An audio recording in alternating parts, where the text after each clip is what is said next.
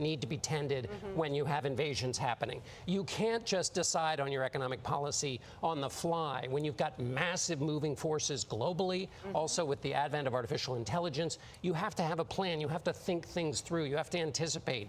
And all of that comes down to this stylistic difference between the two of them. So it is theater review, but it attaches to a crucial thing about the presidency, which is that it is a job that you cannot just improvise your way through. Don't you find it hard to believe that he's done no preparation? I mean, I know he says that he's prepared for this his whole life when he goes out on rallies, but this is such a big moment for both of them.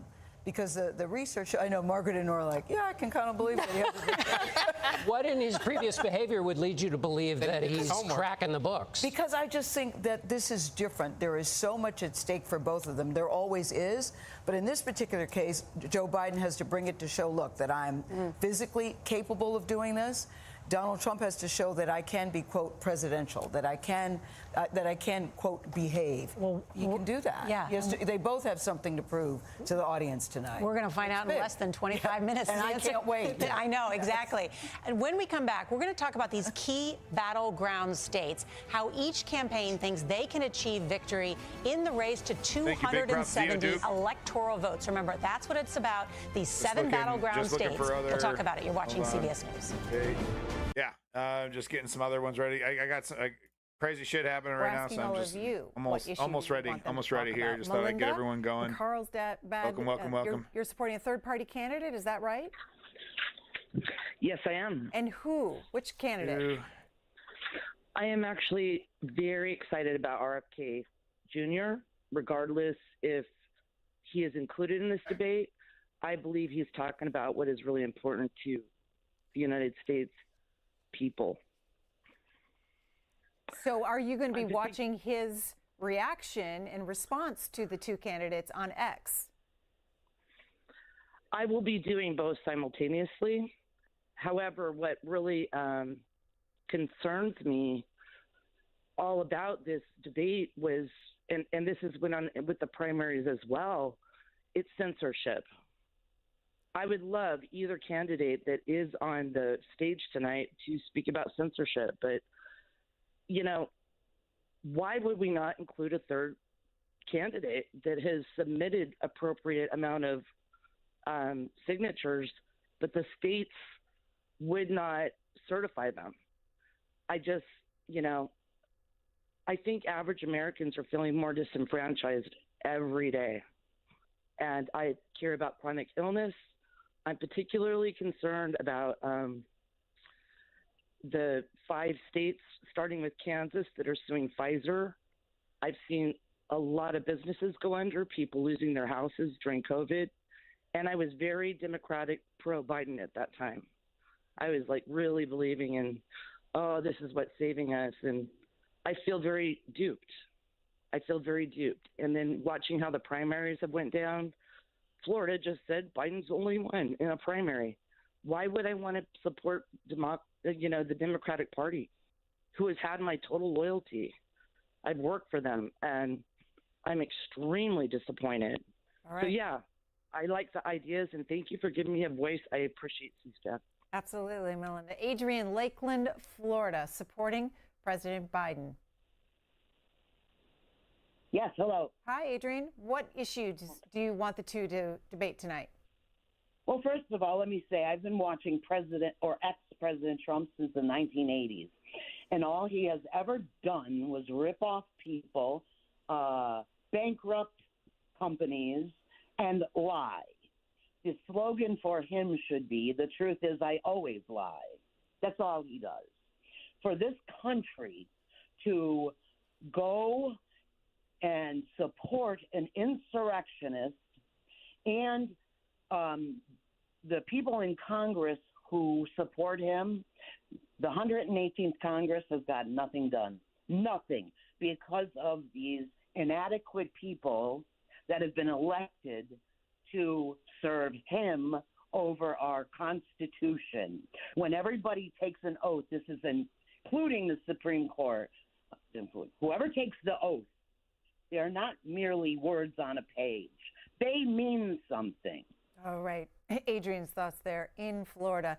Several of you have already mentioned the issue of immigration likely to come. No, I don't think RFK should have been included in the debate. Welcome back, Davey. No, I don't, because I think, look, I think everyone should have a fair shot at being in the debate, which is not the case right now, of course. So I think there should be some kind of standard. But I think if that standard existed, I don't think RFK would have met it. He's a bad actor. Can't locate the parents of more than 500 children. So how will these families ever be reunited? Children are brought here by coyotes and lots of bad people, cartels, and they're brought here, and they used to use them to get into our country. We now have as strong a border as we've ever had. We're over 400 miles of brand new wall. That was a lie. You see the numbers. And by the way, CBS showed a poll, Trump 50%, Biden 49. Let me just tell you, they built cages. They used to say, I built the cages. And then they had a picture in a certain newspaper, and it was a picture of these horrible cages, and they said, look at these cages, President Trump built them, and then it was determined they were built in 2014. That was him. Do you have a plan to reunite the kids? Yeah. Yes, we're working on it we're trying well, very that's hard. a total lie, but he's right about the Obama building the cages. Through cartels he and continued through coyotes Obama's and through policy. gangs. These 500-plus kids came with parents. They separated them at the border to make it Those a polls are disincentive to bullshit. come to begin with. Real tough. We're really strong. And guess what? They cannot. It's not coyotes didn't bring them over. Their they were with them. They got weren't separated from their total parents. bullshit. And it makes us a laughing In stock. Hillary Clinton's go around Violates every 2016, if notion I of who remember we are correctly. as a nation. They weren't Parents were total ripped, their bullshit, kids but they ripped from were their wildly arms wrong. And separated. And now they cannot find over 500 of sets of those parents, and those kids are alone. Nowhere to go. They were pretty Nowhere to right go. during Trump Biden. It's criminal. It's criminal. Let me ask Kristen, you I about will say this. immigration. They went 10 down. seconds, We and brought then I need to ask reporters, you. everything. They are so well taken care of. They're in facilities He's that were such so a clean. liar, Some of dude. them Gotten haven't been such good- reunited But with just I love you ask so one question. much. Who built the cages? I'd love you to ask him that. Who built the cages? Let me ask about your immigration policy, Mr. She Vice should President. ask The who built Obama the cages. administration did fail to deliver immigration reform, which had been a key promise Who built during the the administration. cages? It also presided over record Don't deportations you love it? as Don't well you as love Republicans when they zing Democrats? All they need to do is just point out that the Democrats agree with them. That's a zinger. What? You think I'm so bad? You think I'm so terrible? Well, this guy is just as terrible. He agrees with me completely. Implemented my policy. A pathway to citizenship for over Bazinga. undocumented people. And all of those so-called dreamers, those DACA kids, they're going to be immediately certified again to be able to stay in this country and feel put on a path certified. to citizenship. The idea that they are being sent home by this guy and they want to do that is they've gone to a country they've never seen before. I can imagine you're 5 years old, your parents are Props to taking you two viewers there, Davey and Zio Duke. Thank you so much for coming in nice and early. I tried to get started a little bit earlier, but wouldn't you know it, the old guts were acting up. First responders. Don't you love out that? there Like taking right care when of people something's during this important, I was crisis. taking a little nap We before the stream, owe right? them. So I could get all President ready. He had 8 years to do I what he wake said up he and was it's like going I got to do. go to the bathroom. And I've changed without having a Gotta get specific. charged up.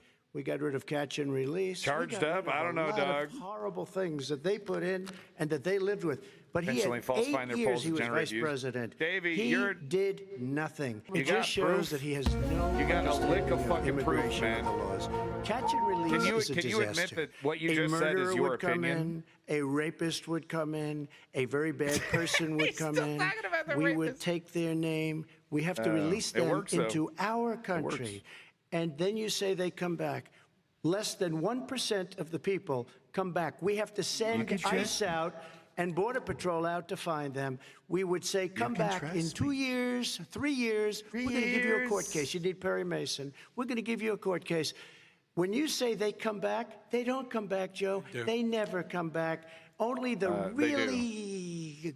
I'm very hate to confident say about this, my opinion. But Okay, those well, with thank the you for lowest acknowledging IQ, that it is they might come back. Okay. Total ass poll. You have no proof Two candidates to back it in up. 2020 in the But that's second okay. and I do final that all the debate of time. that election But cycle. just as We long are as we all just admit it. less than 15 minutes away from this year's Right? first It's one thing to be like, well, this is my gut. This is how I'm feeling. simulcasted You know, because that's what I did yesterday, or it was yesterday, the day before. It was the day before. God, having a kid, man, I tell you, it's just time it's just a blur. Everything's a blur. But it was just a total ass pull. Like it does feel like these social medias just everywhere are right wing, and being on the back end, on the content creation side, seeing all the comments, it feels overwhelmingly right wing. But it's not like I have studies to back that up. How did that right, debate David. change campaigns? Well, debating became part of the... These motherfuckers over here debating they always do this. Oh, how did TV change the debates? The TV changes the debate. Yeah. Kennedy was a good looker. He looked good next to Nixon. He was sweaty. We've heard that shit, man. We've heard that shit. How about a nice little discussion on Project 2025? Like, how about a nice little discussion on what, you know, the future of a Republican administration looks like? Oh, let's talk about the halcyon days of early debates on TV. Remember when we were important TV? Philippe, to be fair, some people thought that Donald Trump won some of those debates, right? And I do want to ask you, as you prepare Hillary Clinton for the debates, hold on. As you prepared Hillary Clinton for the debates, what surprised you about former President Trump's performance? Well, really nothing, because he's an incredibly unpredictable person. Butt plugs in place. Watching all 11 or 12 of the primary debates several times, as well as really need to stop trying to find slogans for this show. He really did not veer from much. He's very repetitive. Terrible at it. The only question now, because he is a different candidate now than he was 4 years ago, let alone 8 years ago, is that he doesn't have a strategy. He has a list, mostly grievances, things that bother him, but also policy issues like immigration and inflation that he really relishes going after. But to take issue with what you started with, he has debated one-on-one 5 times, 3 against Hillary and 2 against Joe Biden. I don't think anyone with a straight face can say that he won even a single one of those. You might want to say that the others didn't. Hillary walloped him at least twice. He's just being on TV and ranting is not being a good debater. I mean, that's the thing about Trump, though, is that he entertained people, though. He may have not have technically won in terms of point versus point, but he made he made the base giggle. It gave him what he wanted. Zaphoid Beeblebrox that motherfucker, and and skated his way to the goddamn. The only thing anyone remembers is the jail comment, because you'll be in jail if I'm president. Then he doesn't do it because he's a bitch. That would have been the crowning moment in Trump's fucking presidency, arresting Hillary Clinton for her legitimate crimes. Just investigate her, and oh no, Mitch McConnell, because the whole establishment didn't want to go after her because there was a quid pro quo. There's that they don't want to set a precedent of politicians going after politicians. Now they claim, of course, that gloves are off. Now we're going to weaponize the Justice Department. You'll see. Once we get in charge, we're going to go after all our political enemies. If you even try to run against us even once, we're going to go after you and indict you for any kind of charges. That's what they're threatening now. Class act. All right, let's hear what this guy has to say. It looks like he got out of the sun tanner. Trump's strength, and people like his results better than they like Joe Biden's results. So if you're talking about the things that matter to people at home, you're winning the debate. If you're probably talking about things that matter to you personally, then that's probably not the winning strategy. Philippe, I got to ask you, what, after observing Trump during those debates with Hillary Clinton, did you find to be the most effective strategy to knock him off kilter? First, I want to agree with what Mark just said, because, the very beginning of a statement about Donald Trump shouldn't come in and talk about his grievances, that's exactly the advice that I think most people would give. And I'm sure a lot of people around him are giving, but that's probably not what he can do, and certainly not for 90 minutes. In terms of learning about him, again, he's a different candidate now than 8 years ago, because then he really did have a strong message about immigration, Obamacare, jobs going south, and obviously he had a healthy dose of attacks on Hillary. But fast forward to 2020, he really just became very mad, for lack of a better word, about Russia, the impeachment, and then that added on to what he feels was an unfair election. And now the convictions, the gagging, I'm sure he will pretend that he didn't know he's being muted. And the reason I'm going through all that is because in a way, originally, it was easy to trigger him. So, for instance, at the very end of the very first debate, I mean, within seconds of the end, Hillary brought up, I believe her name was Alyssa Machado. She was a beauty pageant contestant in one of, and Hillary said, and Donald called her fat or a cow. And if you watch the response, he gets very unnerved. It is harder to do that with him now because I hate this man so much. He's in that headspace to begin with. I really do. You know, he is erratic. Such a raging piece of shit. In terms of the tenor and the degree of I'm like literally how in much a coma. torque he has. Okay, we're moving on to something else. Okay, yeah, you're really adding a lot to this conversation there, Slick. All right, let's see what CNN's got to say. Keys to the government to They're the one hosting this. Rhonda, let's talk about what to expect tonight. 90 minutes of debate. Two moderators, Dana Bash and Jake Tapper. Two candidates on stage, 8 feet apart. What else do we need to know about what Two of the worst motherfucking quote-unquote journalists on TV. I think one of the interesting things that a lot of people at home may not have been following is just how restrictive this is going to be for these two candidates. Dana These are Bash two and Jake men Tapper. who travel with entourages. They have Why not just aides some around them. fucking They have supporters mannequins with around them. the fast food They will speakers? only be with each other and the moderators. They will only have a bottle of water, a pen, and a notepad at their podiums. Their fat staff blunt. cannot come up to them during the two expected breaks to say anything or interact Cheaping with up. them. So they're kind of alone on all of this. They can't bring anything in, any pre-made speeches or any notes to follow. This is just going to be them and the moderators. I am so looking forward to again, this- that sort of his mic heightens getting the muted, dude. anticipation That's- for what this night is going to be. I be think highlight another of the thing night, that baby. people That's what I wanna are see. really listening out for is how much this is like past debates for both of these men. You mentioned the one that happened in Past Cleveland debates? the last time that they were together.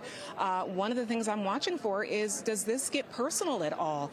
There was a moment in that Cleveland debate, It's if you gonna get remember, personal where immediately, dude. President Biden talked about his son Beau They're 8 Biden's feet death apart, and yeah. how he had served in the military. That's and fine. former President Trump began talking about Hunter Biden, and But you it could might tell it trip got Biden under up, 'cause he'll the be president's able to hear skin. it, So right? are there going to be moments like that? But overall, this is going to be truly interesting. The other thing, too, especially when I mean, Biden is just going to have to just straight up, ignore Trump, the questions and accusations that he's going to pepper him when Biden is speaking, because he has to understand how the audience is viewing it, because they're not. It's going to be mumbled, and if he acknowledges them, then there'll be mix-ups with the mics.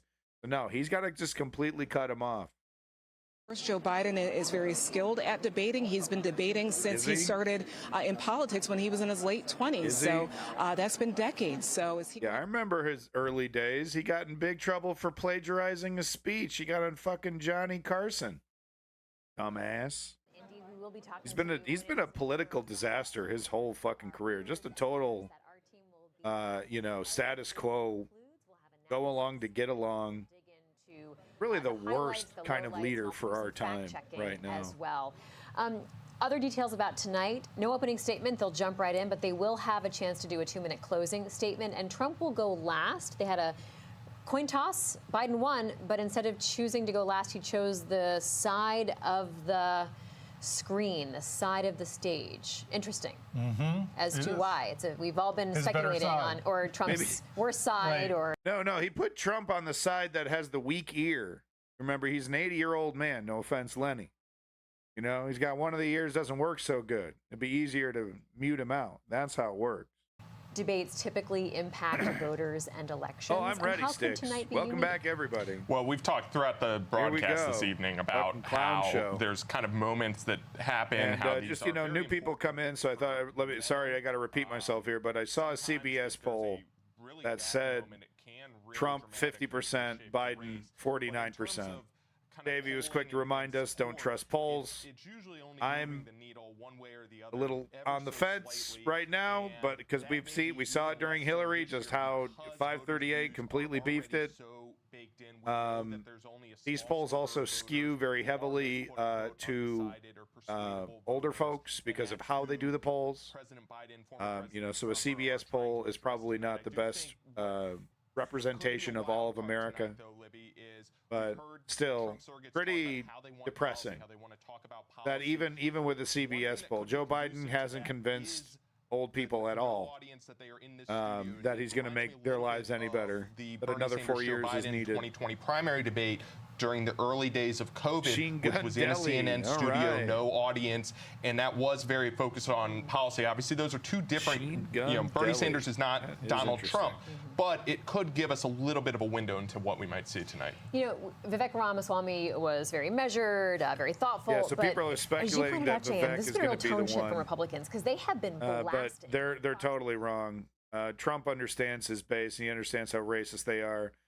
Vivek will get a nice, cushy cabinet seat, but he's not getting VP. Thing from Trump's brain. But now they're changing their tune a little bit. A fascinating observation. It is a really fascinating observation. Yeah, and if during the presidency, it was always teleprompter Trump versus Twitter Trump. And it's the same thing with the debate. He even sort of joked about it during a rally over the weekend in Philadelphia, where he said, which Trump should show up to the debate? Should it be the Smash Mouth one, or should it be the Trump saying to his supporters, which one should show up? Sort of crowdsourcing it, literally. Right? And someone in the crowd yells 50-50, and Isn't Trump he still a little too? So I think Trump likes that suspense. To Jam's point, ethnic. No offense, but you know what I mean. But who's he? I mean, I think he should. I think he's going to go with one of the women. I think he's going to go with maybe Boebert. Maybe Boebert, because she's hotter than Marjorie Taylor Greene. Trump doesn't make decisions based off logic. Trump makes decisions based off Trump logic.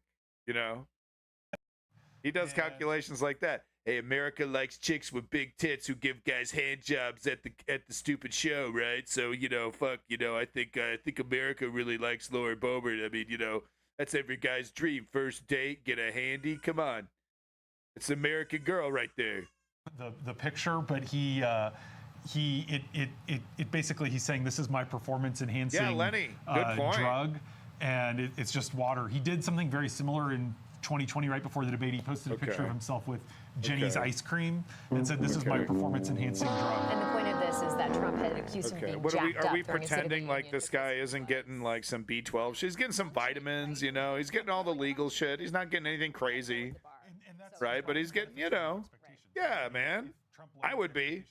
I'd be like, all the legal shit. Cocktail.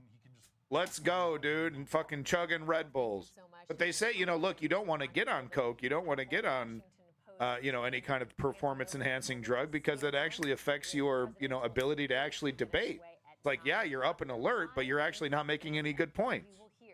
They got to be very careful. Joe Biden and, of course, former President Donald Trump as they face off. And this really... Yeah, I mean, are any of you clowns going to mention the fact that Donald Trump is a full-blown dictatorial fascist who plans on instituting Project 2025 that would completely gut the federal government and change the United States irrevocably for time immemorial? Are any of you fucking wax figures going to mention that shit? What a perfect time to talk about this, right? Like, we know what Biden's going to give us. He's given us his, manifesto, whatever you want to call it. His promises. They don't really call it a manifesto in the United States because they're bitches. Sounds too communist. But Trump has basically said, yeah, Project 2025, that's what we're doing. Not a single goddamn mention on mainstream news. You think that would be relevant? I bet you Jake Tapper and Dana Bash don't even bring it the fuck up because they're pieces of shit. The worst fucking choice. It's only the worst fucking choice. I'd rather have two random homeless people. No offense to homeless folks. You know what I mean? Joe Biden and former President Donald Trump in their rematch for the nation's highest office. Each will make his case to the American people with just over 4 months until Election Day. Yeah. Good evening. I'm Dana Bash, anchor of CNN's Inside Politics and co-anchor of State of the Union. I'm Jake Tapper, anchor of CNN's The Lead and co-anchor of State of the Union. Dana and I will co-moderate this evening. Our job is to facilitate a debate between the two candidates tonight. Before we introduce them, we want to share the rules of the debate with the audience at home.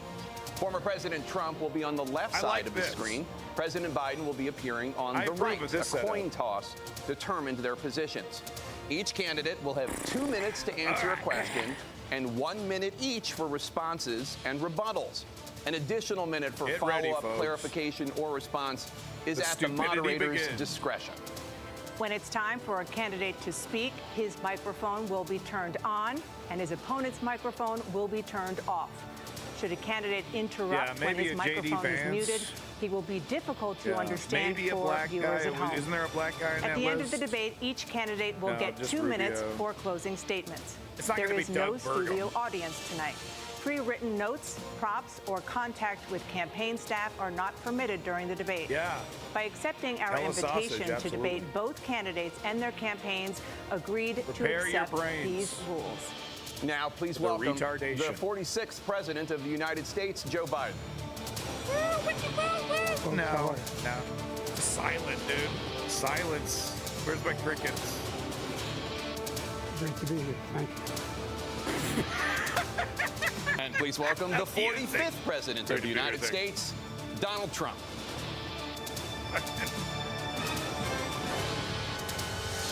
What is this production? My God.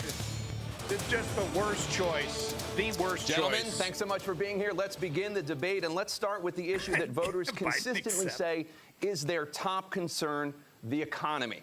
President Right into Biden, it. inflation has slowed, but prices remain high. Since you took office, the price of essentials has increased. For example, a basket of groceries that cost $100 then now costs more than $120. And typical home prices have jumped more than 30%. What do you say to voters who feel they are worse off under your presidency than they were under President Trump? What does You that got to look? take a look at what I was left when I became president, and what Mr. Trump left me. We had an economy that was in free fall. The pandemic was so badly handled. Many people were dying. All he said was, it's not that serious. Just inject a little bleach into your arm. You'll be all right. The economy collapsed. There were no jobs.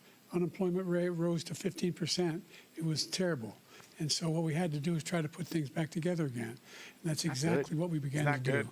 We created 15,000 new jobs. We brought out in a position where we have 800,000 new manufacturing jobs. But there's more to be done. There's more to be done. Working class people are still in trouble. Bro, you're so I come coach, from it's Scranton, ridiculous. Pennsylvania. I come of household where the kitchen table, if the things weren't able to be met Hi, during Joe the month, Biden. it was a problem. The price of eggs, the price of gas, the price of housing, the price of a whole range of things. That's why I'm working so hard to make sure I deal with those problems. That we're going to make sure that we reduce the price of housing. We're going to make sure we build 2 million new units. We're going to make sure we cap rents so corporate greed can't take over. The combination, what I was left with in corporate greed is the reason why we're in this problem right now. In addition to that, we're in a situation where if you take a look at all that was done in his administration, he didn't do much at all. By the time he left, things were in chaos, literally chaos. And so we put things back together. We created, I said, those jobs. We make sure he's we got had to a slow it situation down where and up the we volume. now- we brought down the price of prescription drugs, which is a major issue for many people, to $15 for a insulin shot as opposed to $400. All right. No He's senior gotta has get to into pay his more flow. than $200 for any drug, all the drugs they can include beginning next Trump year. is gonna just- in a situation Biden's the we're devil. going to make that available to everybody, to all Americans. So we're working to bring down the price of around the kitchen table, and that's what we're going to get done. Thank you. President Trump? We have the greatest economy in the history of our country. We have never done so well. Everybody was amazed by it. Other countries were copying us. We got hit with COVID.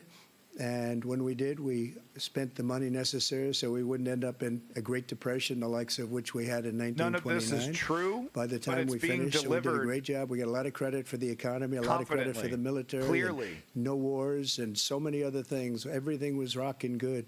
But the thing we never got the credit for, and we should have, is getting us out of that COVID mess. He created mandates that was a disaster for our country. But other than that, we had given them back a country where the stock market actually was higher than pre-COVID, and nobody thought that was even possible. The only jobs he created are for illegal immigrants and bounce-back jobs, a bounce-back from the COVID. He has not done a good job. He's done a poor job, and inflation's killing our country. It is absolutely killing us. Confidently. Thank you, President Biden. Clearly. Well, look, the greatest economy in the world, he's the only one who thinks that, I think. I don't know anybody else who thinks he had the greatest economy in the world. And, you know, And by the way, mask mandates were necessary. We find ourselves in a situation where his economy, he rewarded the wealthy. He had the largest tax cut in American history, $2 trillion. He raised a deficit larger than any president has in any one term. He's the only president other than Herbert Hoover who's ever lost more jobs than he had when he began, since Herbert Hoover. The idea that he did something that was significant, and the military, you know, when he was president, they were still killing people in Afghanistan. He didn't do anything about that. When he was president, we were still finding ourselves in a position where you had a notion that we were this safe country. The truth is, I'm the only president this century that doesn't have any, this decade, that doesn't have any troops dying anywhere in the world like he did. That's not true. President Trump, I want to follow up if I can. You want to respond just a couple months Well, I'm going to ask you a follow-up. You can do whatever you want with the minute that we give you. I want to follow up. You want to impose a 10% tariff on all goods coming into the U.S. How will you ensure that that doesn't drive prices even higher? It's not going to drive them higher. It's just going to cost countries that have been ripping us off for years, like China and many others, in all fairness to China.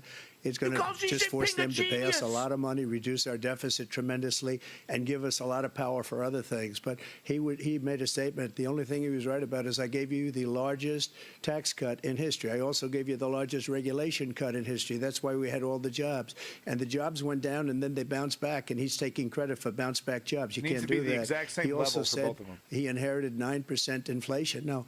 He inherited almost no inflation, and it stayed that way for 14 months. Most of this is and lies, then it blew legitimately. up I'm not under going to his sit here and leadership react to because they every spent goddamn money lie. like Most a of this bunch is of people falsehood. that didn't know what they were But doing, it's and they don't know delivered what they were doing. It was the confidently worst, and with a probably the clear worst volume. administration in history. There's never been. And as far as Afghanistan is energy concerned, is I was night getting and out of day. Afghanistan, but we were getting out with dignity, with strength, with power.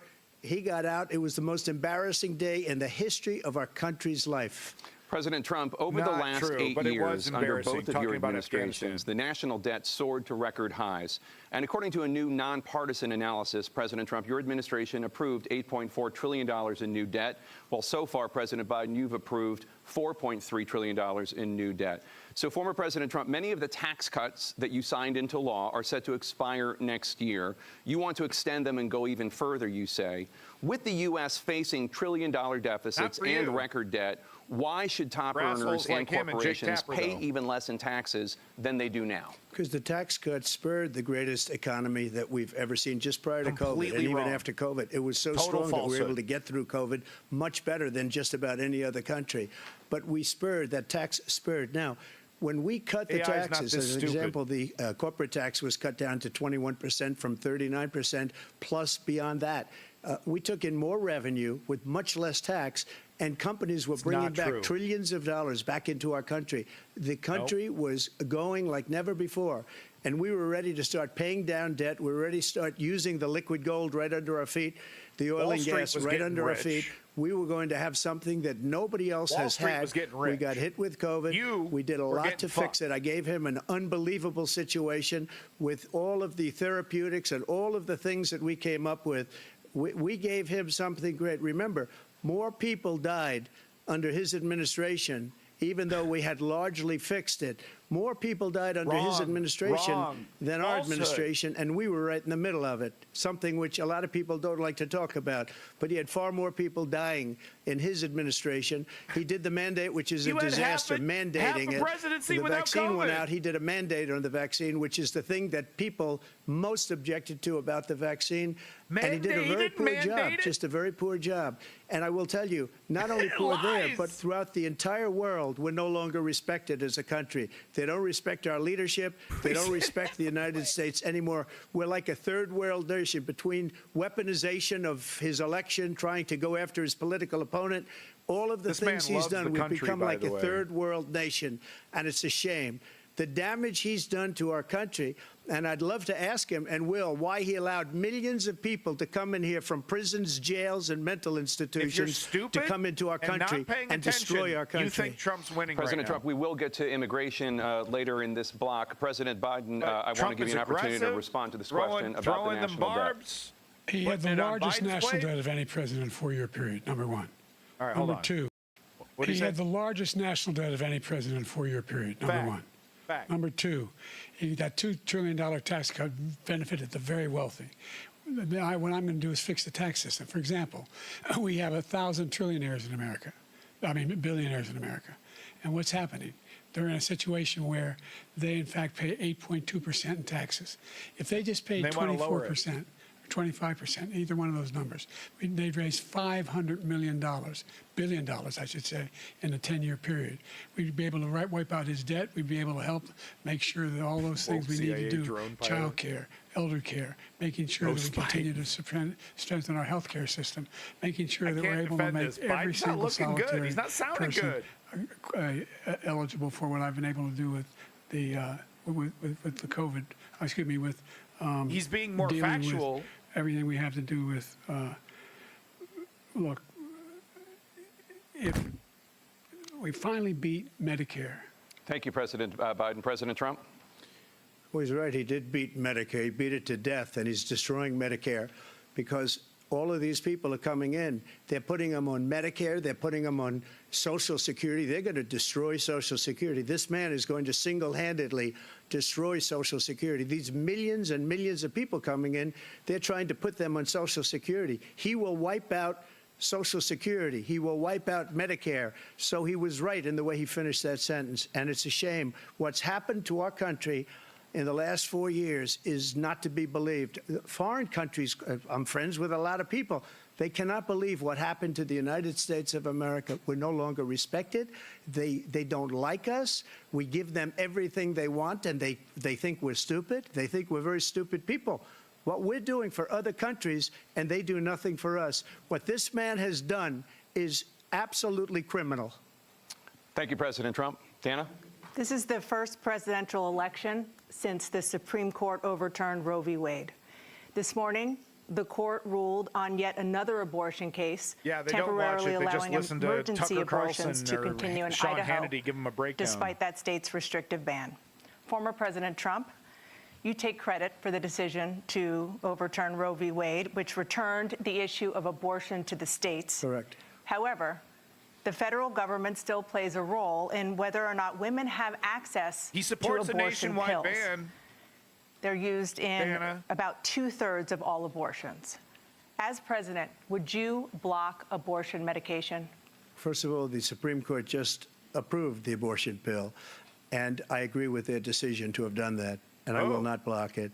And if you look at this whole question that you're asking, complex but not really complex. 51 years ago, you had Roe v. Wade, and everybody wanted to get it back to the states. Everybody, without exception. Democrats, Republicans, liberals, conservatives. Everybody wanted it back. Religious leaders. And what I did is I put 3 great Supreme Court justices on the court, and they happened to vote in favor of killing Roe v. Wade and moving it back to the states. This is something that everybody wanted. Now, 10 years ago or so, they started talking about how many weeks and how many this, getting into other things. But every legal scholar throughout the world, the most respected, wanted it brought back to the states. I did that. Now the states are working it out. If you look at Ohio, it was a decision that was, an end result that was a little bit more liberal than you would have thought. Trump seems comfortable, Kansas, I would say the same thing. Texas is different. Florida is different. But they're all making their own decisions right now. And right now, the states control it. That's the vote of the people. Like Ronald Reagan, I believe in the exceptions. I am a person that believes. And frankly, I think it's important to believe in the exceptions. Some people, you have to follow your heart. Some people don't believe in that. But I believe in the exceptions for rape, incest, and the life of the mother. I think it's very important. Some people don't. There's a lot of Republican women that want to hear that. You have to get elected also, and because that has to do with other things. You got to get elected. The problem they have is they're radical because they will take the life of a child in the 8th month, the 9th month, and even after birth. After birth, if you look at the former governor of Virginia, he was willing to do this. He said, we'll put the baby aside and we'll determine what we do with the baby, meaning we'll kill the baby. What happened is we brought it back to the states, and the country is now coming together on this issue. It's been a great abortions thing. are common. They're not. Thank you. President Biden? It's been a terrible thing, what you've done. The fact is that the vast majority of constitutional scholars supported Roe when it was decided, supported Roe. And that's this idea that they're all against it is just ridiculous. And this is the guy who says the state should be able to have it. We're in a state where in 6 weeks, you don't even know whether you're pregnant or not, but you cannot see a doctor, have him decide on what your circumstances are, whether you need help. The idea that states are able to do this is a little like saying we're going to turn civil rights back to the states. Let each state have a different rule. Yeah. Look, there's so many young women who have been, including a young woman who just was murdered, and he went to the funeral. The idea that she was murdered by an immigrant coming in. They talk about that, but here's the deal: there's a lot of young women are being raped by their in-laws, by their spouses, brothers and sisters. Yeah. It's just ridiculous, and they can do nothing about it.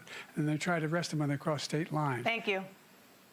There have been many young women murdered by the same people he allows to come across our border. We have a border that's the most dangerous place anywhere in the world, considered the most dangerous place anywhere in the world. And he opened it up, and these killers are coming into our country. Is this and they are raping and killing right now? women. And it's a terrible thing. As far as the abortion is concerned, it is now back with the states. The states are voting. Biden is bombing in many this, cases, dude. Biden is it's fucking... frankly, a very liberal decision. In many cases, it's the opposite. But they're voting, and it's bringing it back to the vote of the people, which is what everybody wanted, including the founders, if they knew about this issue, which, frankly, they didn't. But they would have, everybody wanted brought back. Ronald Reagan wanted it brought back. He wasn't able to get it. Everybody wanted it brought back, and many presidents had tried to get it back. I was the one to do it. And again, this gives it the vote of the people, and that's where they wanted it. Every legal scholar wanted it that way. Biden's time did seem shorter. Staying on the topic of abortion, President Biden, 7 states, I'll let you do that. This is the same topic. 7 states have no legal restrictions on how far into a pregnancy a woman can obtain an abortion. Do you support any legal limits on how late a woman should be able to terminate a pregnancy? I support Roe v. Wade, which had 3 trimesters. The first time is between the woman and the doctor. Second time is between the doctor and an extreme situation. The third time is between the doctor, between the woman and the state. The idea that the politicians, that the founders wanted the politicians to be the ones making decisions about women's health is ridiculous. That's the last. No politician should be making that decision. A doctor should be making that decision. He's not all over the place. That's how it should be run. That's what you're going to do. Can't get it out. And if I'm elected, I'm going to restore Roe v. Wade. So that means he can take the life of the baby in the 9th month and even after birth, because some states, Democrat-run, take it after birth. Again, the former governor of Virginia, they do late-term abortions on babies that are about to die. So he's willing to, as we say, rip the baby out of the womb in the 9th month and kill the baby. Nobody wants that to happen, Democrat or Republican. Nobody wants it to happen. Dana Bash, That is are you a moderator, Dana? The Roe v. Wade does not provide for that. What happened That's to the not the circumstance. fact-checking? Only if a woman's life is in danger, she's going to die. That's the only circumstance in which that can happen. But we are not for late-term abortion, period. Period, period. Under Roe v. Wade, you have late-term abortion.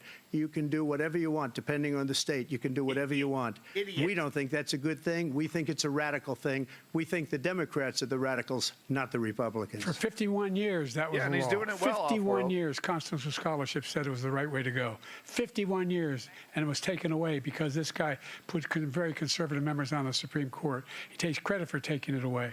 What's he going to do? What's he going to do, in fact, if the MAGA Republicans, he gets elected, and the MAGA Republicans control the Congress, and they pass a universal ban on abortion, period, across the board at 6 weeks or 7 or 8 or 10 weeks, something very, very conservative.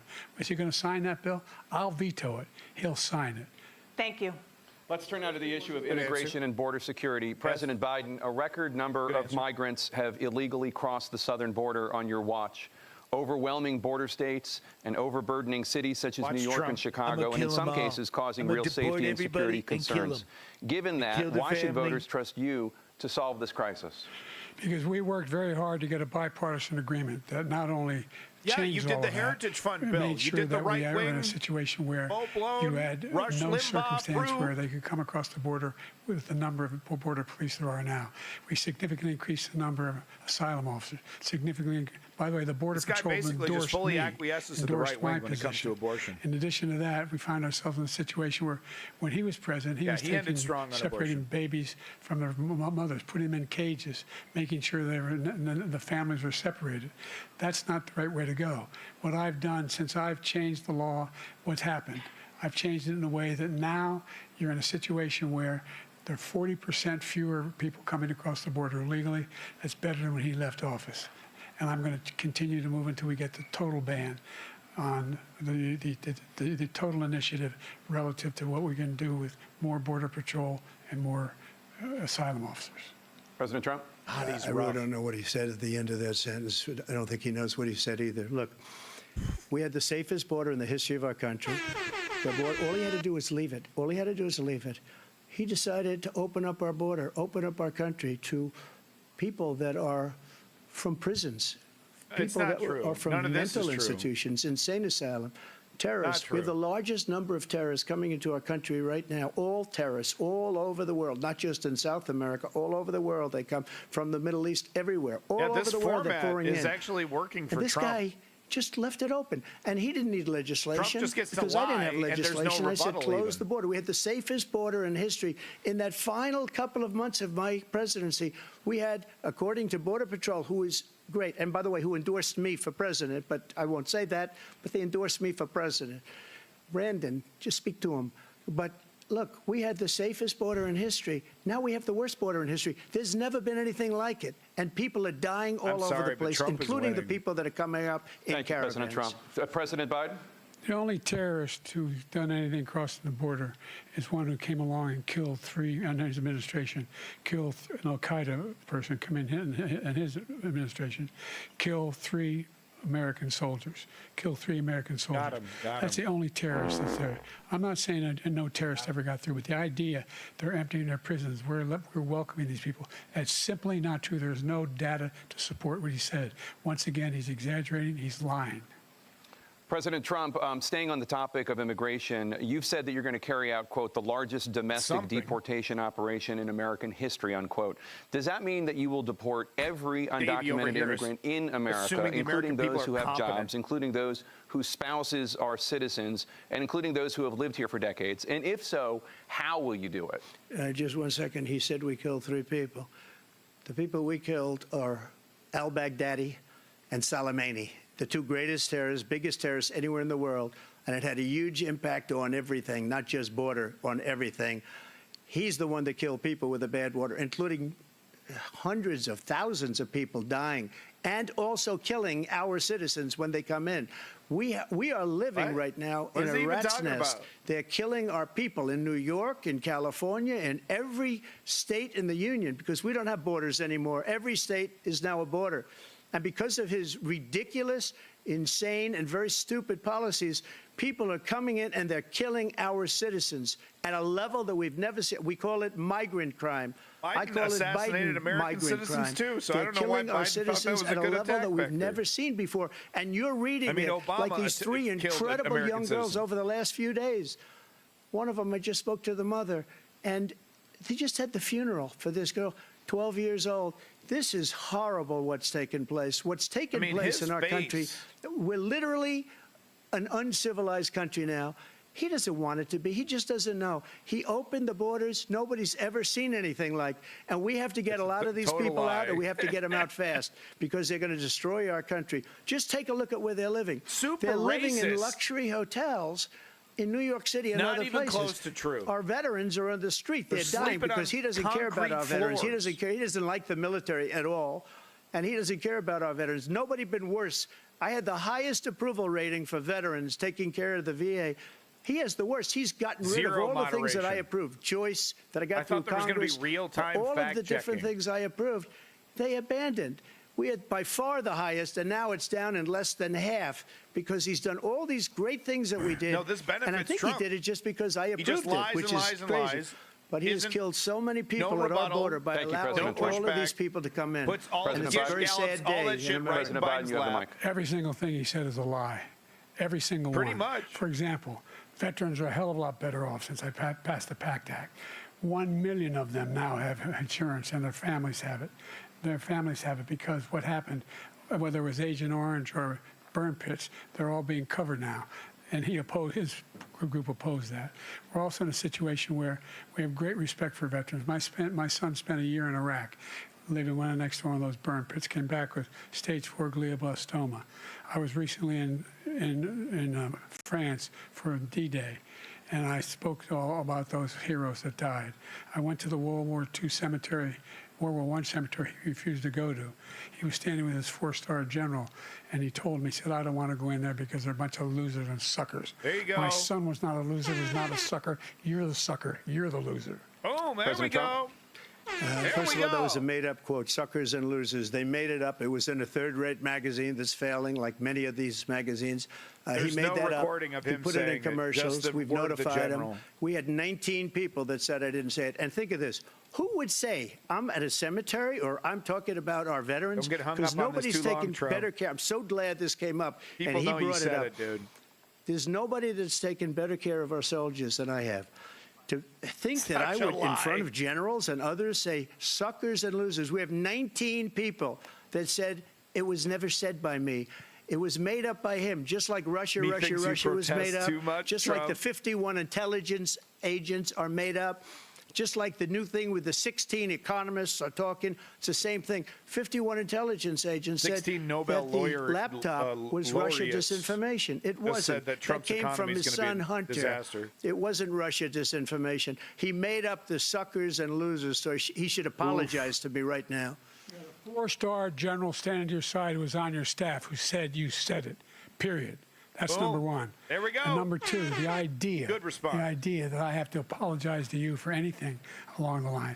We've done more for veterans than any president has in American history. Not true. American history. And they now are in their family. The only sacred obligation we have as a country is to care for our veterans when they come home Yeah. and their families You could do and a whole equip lot them when more, they go Joe. to war. That's what we're doing. You could do a That's whole what the lot VA more. is doing now.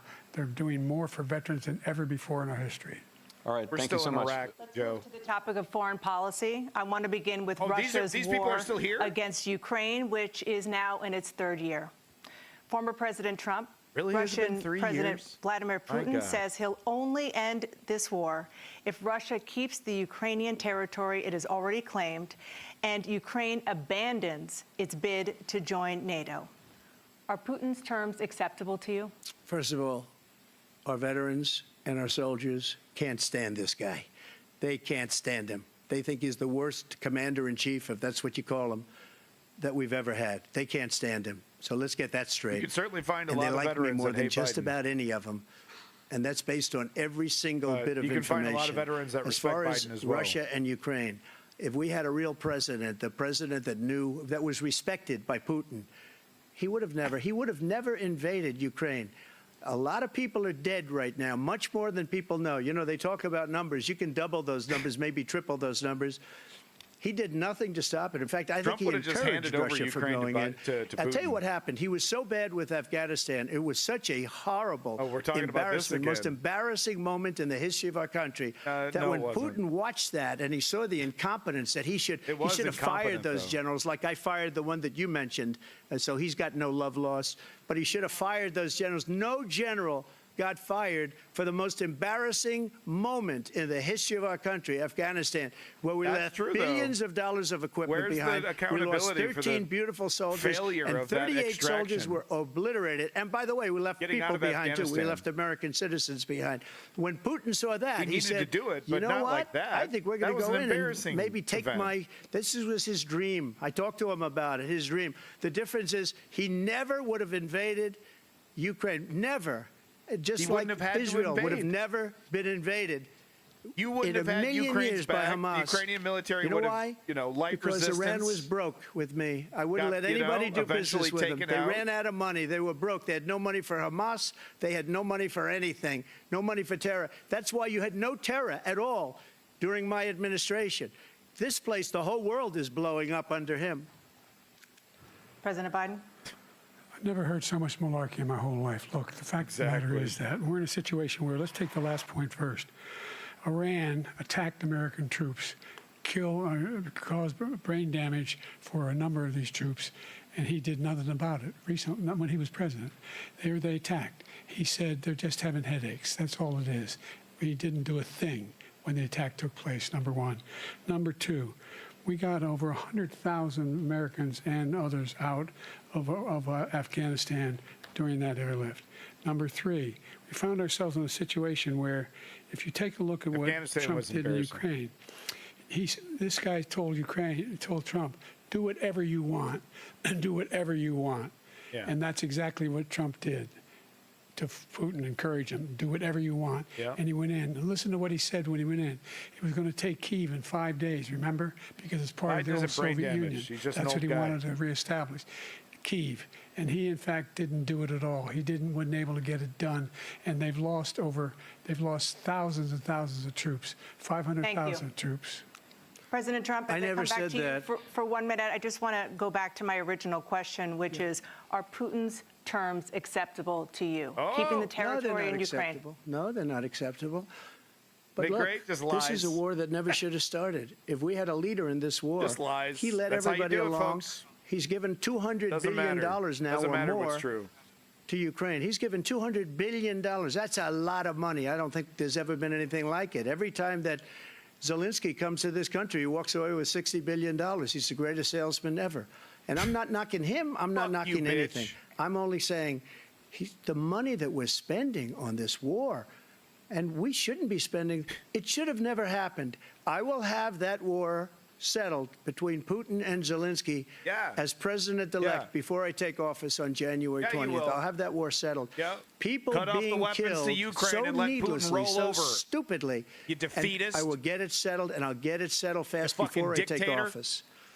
President Biden, you have a minute. The fact is that Putin is a war criminal. He's killed thousands and thousands of people. And he has made one thing clear. He wants to reestablish what was part of the Soviet Empire, not just a piece. He wants all of Ukraine. That's what he wants. And then you think he'll stop there? Do you think he'll stop when if he takes Ukraine? What do you think happens to Poland? What do you think of Belarus? What do you think happens to those NATO countries? And so if you want a war, you ought to find out what he's going to do, because if in fact he does what he says and walks away, and by the way, all that money we give Ukraine are from weapons we make here in the United States. We give them the weapons, not the money at this point. And our NATO allies have produced as much funding for Ukraine as we have. That's why we're strong. Thank you. Moving on to the Middle East. In Factually October, accurate, Hamas delivered attacked terribly. Israel, killing more than 1,000 people and taking hundreds of hostages. Among those held and thought to still be alive are 5 Americans. Israel's response has killed thousands of Palestinians and created a humanitarian crisis in Gaza.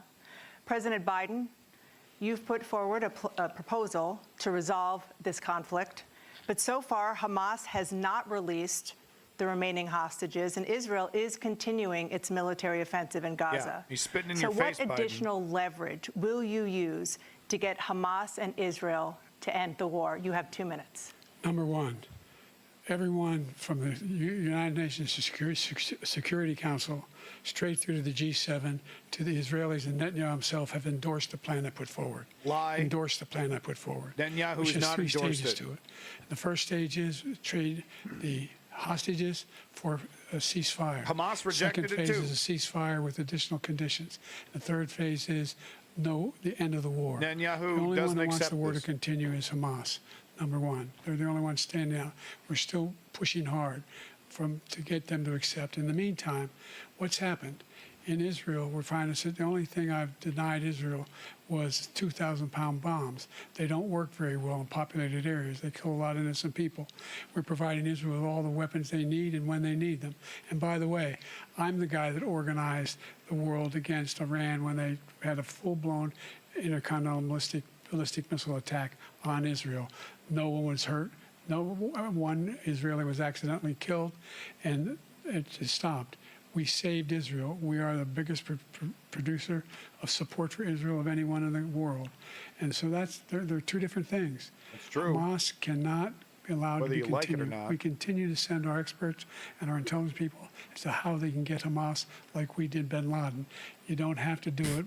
And by the way, they've been greatly weakened, Hamas. You won the Greatly war on weakened, terror, and jackass. They should be eliminated. But you've got to be careful for using certain weapons among population centers. Just going back to Ukraine for 1 second. We have an ocean separating us. The European nations together have spent $100 billion, or maybe more than that, less than us, Why doesn't he call them and say, you got to put up your money like I did with NATO? I got them to put up hundreds of billions of dollars. The Secretary General of NATO said Trump did the most incredible job I've ever seen. They wouldn't have any. They were going out of business. We were spending almost 100% of the money was paid by us. He didn't do that. He's getting all. You got to ask these people to put up the money. We're over $100 billion more spent, and it has a bigger impact on them because of location, because we have an ocean in between. You got to ask them. As far as Israel and Hamas, Israel's the one that wants to go. He said the only one who wants to keep going is Hamas. Actually, Israel is the one, and you should let him go and let him finish the job. He doesn't want to do it. He's become like a Palestinian, but they don't like him because he's a very bad Palestinian. He's a weak one. President Biden, you have a minute. I've never heard so much foolishness. This is a guy who wants to get out of NATO. You're going to stay in NATO? He's going to pull out of NATO. The idea that we have our strength lies in our alliances as well. It may be a big ocean, but we're ever able to avoid a war in Europe, a major war in Europe? What happens if, in fact, you have Putin continue to go into NATO? We have an Article 5 agreement. Attack on one is attack on all. You want to start the nuclear war he keeps talking about, go ahead. Let Putin go in and control Ukraine and then move on to Poland and other places. See what happens then. He has no idea what the hell he's talking about. And by the way, I got 50 other nations around the world to support Ukraine, including Japan and South Korea. Strong response because they from understand that this kind of dislocation has a serious threat to the whole world peace. No major war in Europe has ever been able to be contained just to Europe. President Trump, just to follow up. That was a good one. Would you support the creation of an independent Palestinian state in order to achieve peace in the region? I'd have to see, but before we do that, the problem we have is that we spend all the money. So they kill us on trade. Still talking about I made money. great trade deals with the European nations. Does anyone think this money's going to go Because if back you add in your them up, pocket, they're by about the way? same size economically. The Their whole economy world's is about the fucked. same size as the United States. Save so much and they money. No cars, no. They don't want anything that we have, but we're supposed to take their cars, their food, their everything, their agriculture. I changed that. But the big thing I changed is they don't want to pay. And the only reason that he can play games with NATO is because I got them to put up hundreds of billions of dollars. I said, no. And he's right about this. I said, This is no, not true at I'm not all. going to support NATO if you don't pay. They asked me that question. Would you guard us against Russia at a very secret meeting of the 28 states at that time, nations at that time? And I said, no, if you don't pay, I won't do Money that. goes And you right know what back in your happened? pocket, off-world. Billions and billions of dollars came flowing in the next day and the next months. But now we're in the same position. We're paying everybody's bills. Let's turn to the issue of democracy. Former President Trump, I want to ask you about January 6, 2021. After you rallied your supporters that day, some of them stormed the Capitol to stop the constitutionally mandated counting of electoral votes. As president, you swore an oath to, quote, preserve, protect, and defend, unquote, the Constitution. What do you say to voters who believe that you violated that oath through your actions and inaction on January 6th and worry that you'll do it again? Well, I don't think too many believe that. And let me tell you about January 6th. Fake news. On January 6th, we had a great border. Nobody coming through, very few. On January 6th, we were energy He's ready for independent. this one. On January 6th, we had the lowest taxes ever. We had the lowest regulations ever. Insurrection, On fake January news. 6th, we were Attempted coup, respected fake all over news. the world. All over the world, we were respected. And then he comes in, and we're now laughed at. We're like a bunch of stupid people. What happened Nobody to the lies like United Trump. States' reputation under this man's leadership is horrible, including weaponization, we're which talking I'm about sure at some Biden. point you'll be talking about. And where's the where he goes moderator? after his Where's the political fucking opponent because he moderator, can't dude? beat On him fair and lithium? square. These You fucking have 80 people seconds smoking? left. My question was, what do you say to those voters who believe that you violated your constitutional All right. oath through your actions and inaction on January 6, go. 2021, and worry that you'll do it again? Well, I back didn't January say that to anybody. I said peacefully and patriotically. And Nancy Pelosi, if you just watched the news from 2 days ago, on tape to her daughter, who's a documentary filmmaker, they say, but she's saying, oh, no, it's my responsibility. I was responsible for this. Because I offered her 10,000 soldiers or National Guard, and she turned them down. And the mayor of, in writing, by the way, the mayor, in writing, turned it down, the mayor of D.C. They turned it down. I offered 10,000 because I could see, I had virtually nothing to do. They asked me to go make a speech. I could see what was happening. Everybody was saying they're going to be there on January 6th. They're going to be there. And I said, you know what? There's a lot of people coming. You could feel it. You could feel it too, and you could feel it. And I said, they ought to have some National Guard or whatever. And I offered it to her. And she now admits that she turned it down. And it was the same day. What are we talking about I don't here? know. What? She can't be very happy with her daughter because it made her into a liar. What is happening? She said, I take full responsibility for January 6th. President Biden? Look, he encouraged those folks to go up on Capitol Hill, number one. Yes. I sat in the dining room off the Oval Office. He sat there for 3 hours.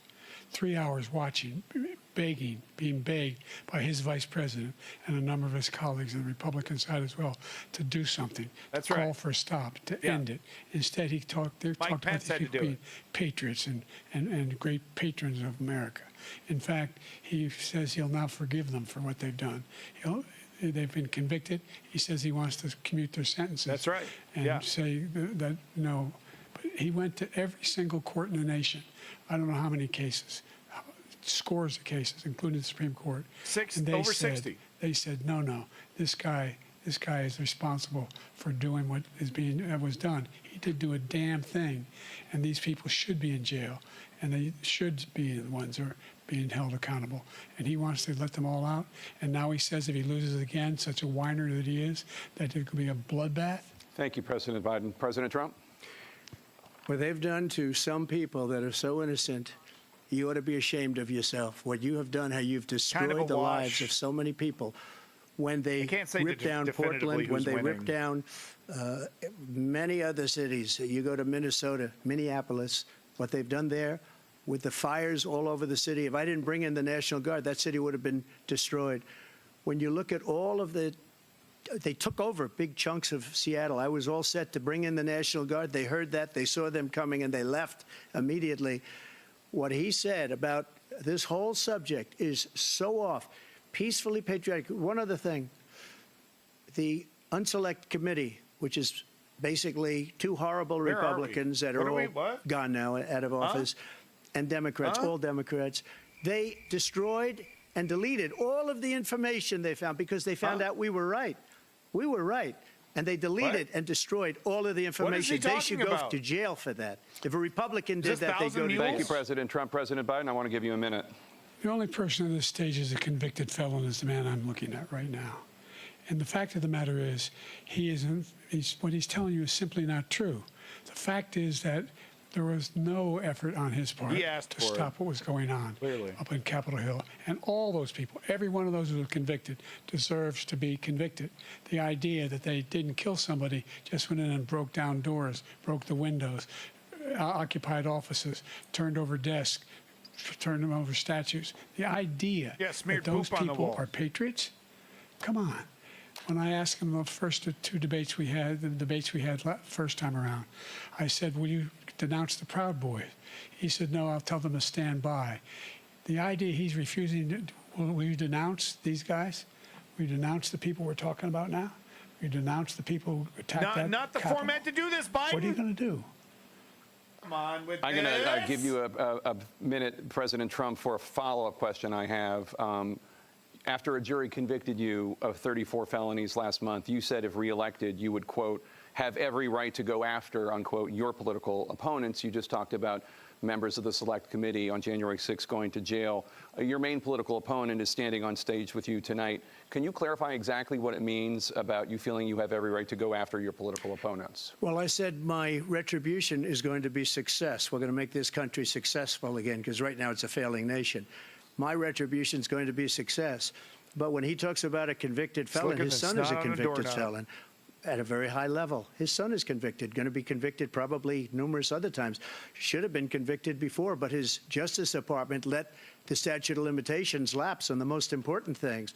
But he could be a convicted felon as soon as he gets out of office. Joe could be a convicted felon with all of the things that he's done. He's done horrible things. All of the death caused at the border, telling the Ukrainian people that we're going to want $1 billion or you change the prosecutor.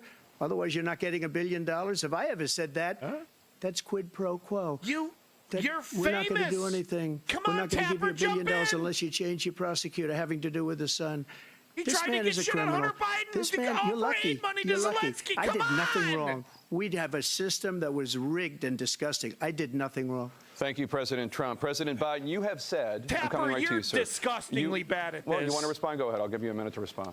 The idea that I did anything wrong relative to what you're talking about is outrageous. It's simply a lie, number one. Number two, the idea that you have a right to seek retribution against any American just because you're president is wrong.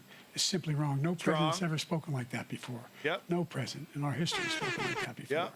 Number three, yep. The crimes that you are still charged with, and think of all the civil penalties you have. How many billions of dollars do you owe in civil penalties for molesting a woman in public, for doing a whole range of things, of having sex with a porn star on the night while your wife was pregnant?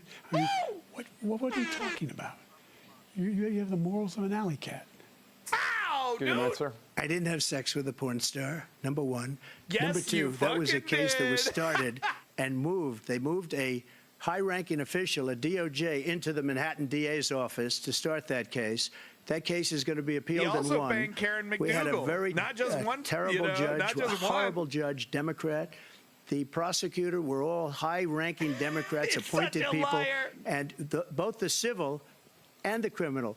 He basically went after his political opponent because he thought it was going to damage me. But when the public found out about these cases, because they understand it better than he does, he has no idea what these cases are. But when they found out about these cases, you know what they did? My poll numbers went up, way up. You know that because you're reporting it.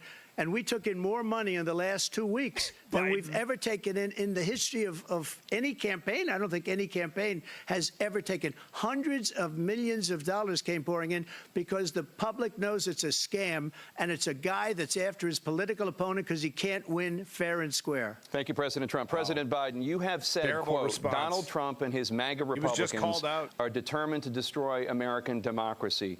Do you believe that the tens of millions of Americans who are likely to vote for President Trump will be voting against American democracy? The more they know about what he's done, yes. The more they know about what he's done. And there's a lot more coming. He's got a lot of cases down the road coming around. He's got a whole range of issues he has to face. I don't know what the juries will do, but I do know he has a real problem. And so the fact that could you ever think you hear any president say that I'm going to seek retribution? Do you ever hear any president say that I thought Hitler had some good ideas? What got me involved to run in the first place after my son had died, Did he say that? In Iraq, because of Iraq. Trump I said I didn't wasn't deny going to run it. again until I saw what happened in Charlottesville, Virginia.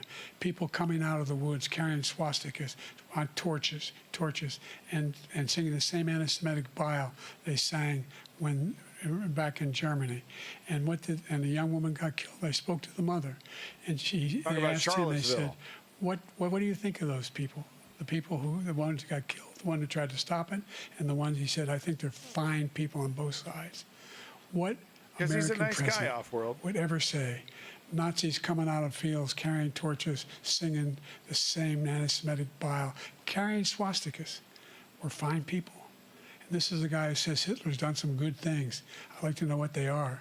The good things Hitler's done, that's what he said. This guy has no sense of American democracy. President Trump. Jake, both of you know that story has been totally wiped out because when you see the sentence, it said 100% exoneration on this. So he just keeps it going. He says he ran because of Charlottesville. He didn't run because of Charlottesville. He ran because it was his last chance. Trump remembered that it was He's not equipped to be president. You know it, and I know it. It's ridiculous. We have a debate. We're trying to justify his presidency. His presidency, he's without question the worst president, the worst presidency in the history of our country. Objectively we shouldn't not be true. having a debate about it. There's nothing to debate. He made up the Charlottesville story, and you'll see it's debunked all over the place. Every anchor every reasonable anchor has debunked it. And just the other day, it came out where it was fully debunked. It's a nonsense story. He knows that, and he didn't run because of Charlottesville. He used that as an excuse to run. President Biden. And debunked. It happened. All you have to do is listen to what was said at the time. And the idea that somehow that's the only reason I ran because I was worried a guy like this guy could get elected. If he thought they were good people coming out of that forest, carrying those woods, carrying those torches, then he didn't deserve to be president. Didn't deserve to be president at all. And the idea that he's talking about all this being fabricated, we saw with our own eyes. We saw what happened on January 6th. We saw the people breaking through the windows. We saw people occupying his own vice president. Look, there's a reason why 40 of his 44 top cabinet officers refused to endorse him this time. His vice president hasn't endorsed him this time. So why? Why? They know him well. They serve with him. Why are they not endorsing him? Thank you, President Biden. We're going to be right back with more from the CNN presidential debate. Absolutely abysmal. Abysmal. These two are abysmal. Tapper Jake and Dana Bash are absolutely abysmal. Abysmal.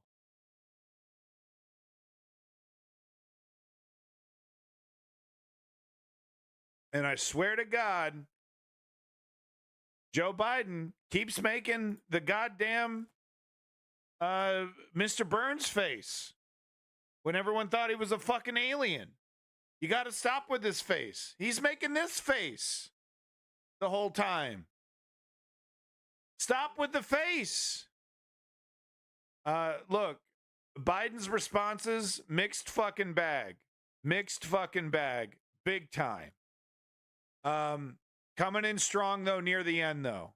Strong, floundered on abortion initially, but then came in with a good response. Great responses on January 6th. The immigration didn't really do so well. Kind of a mixed bag. Trump definitely started off strong. Like I said, the format's almost kind of benefiting Trump because he can just kind of gish gallop. Complete silence from the moderators. This is the face he keeps making. Dude, Biden, make a different face. You know what I mean? So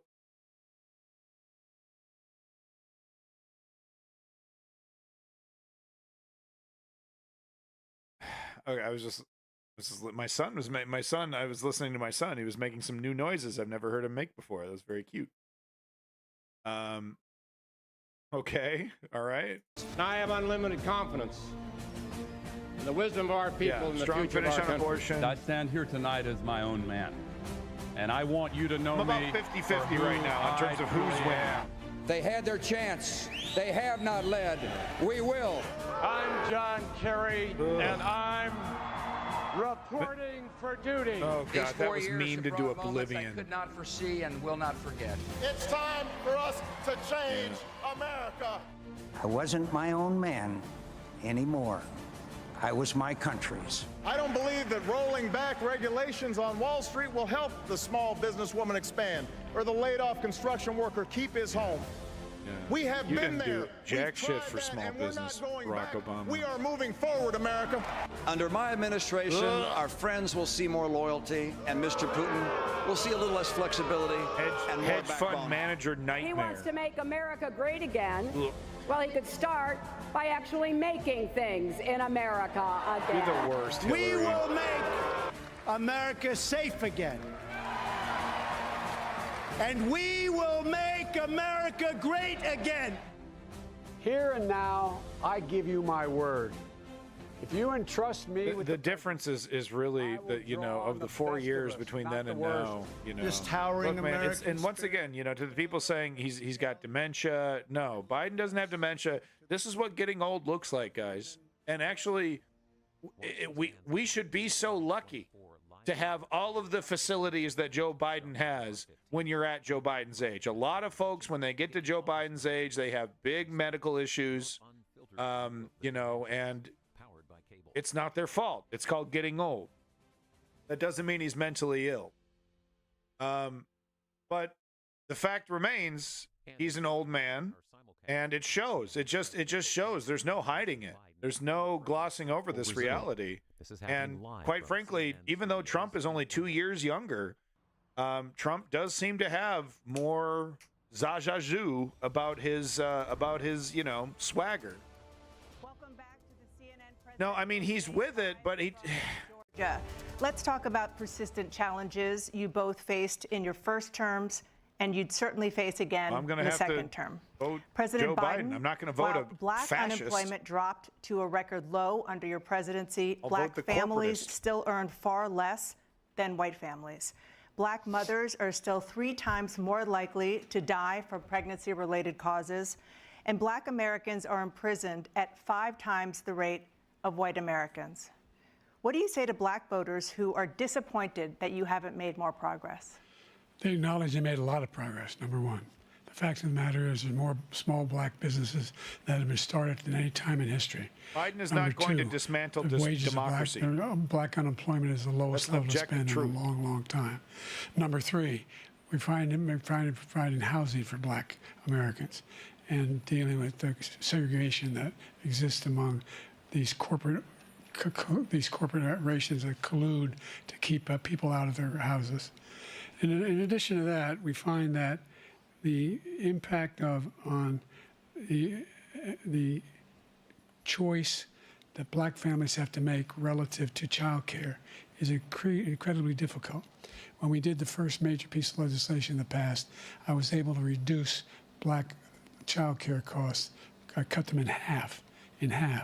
We got to make sure we provide for child care costs. We got to make sure, because when you provide those child care protections, you increase economic growth because more people can be in the job market. So there's more to be done, considerably more to be done. But we've done a great deal so far, and I'm not letting up, and they know it. You have 49 seconds left. What do you say to black voters who are disappointed with the progress so far? I say I don't blame them for being disappointed. Inflation is still hurting them badly. For example, I provided for the idea that any black family, first-time home buyer, should get a $10,000 tax credit to be able to buy their first home so they can get started.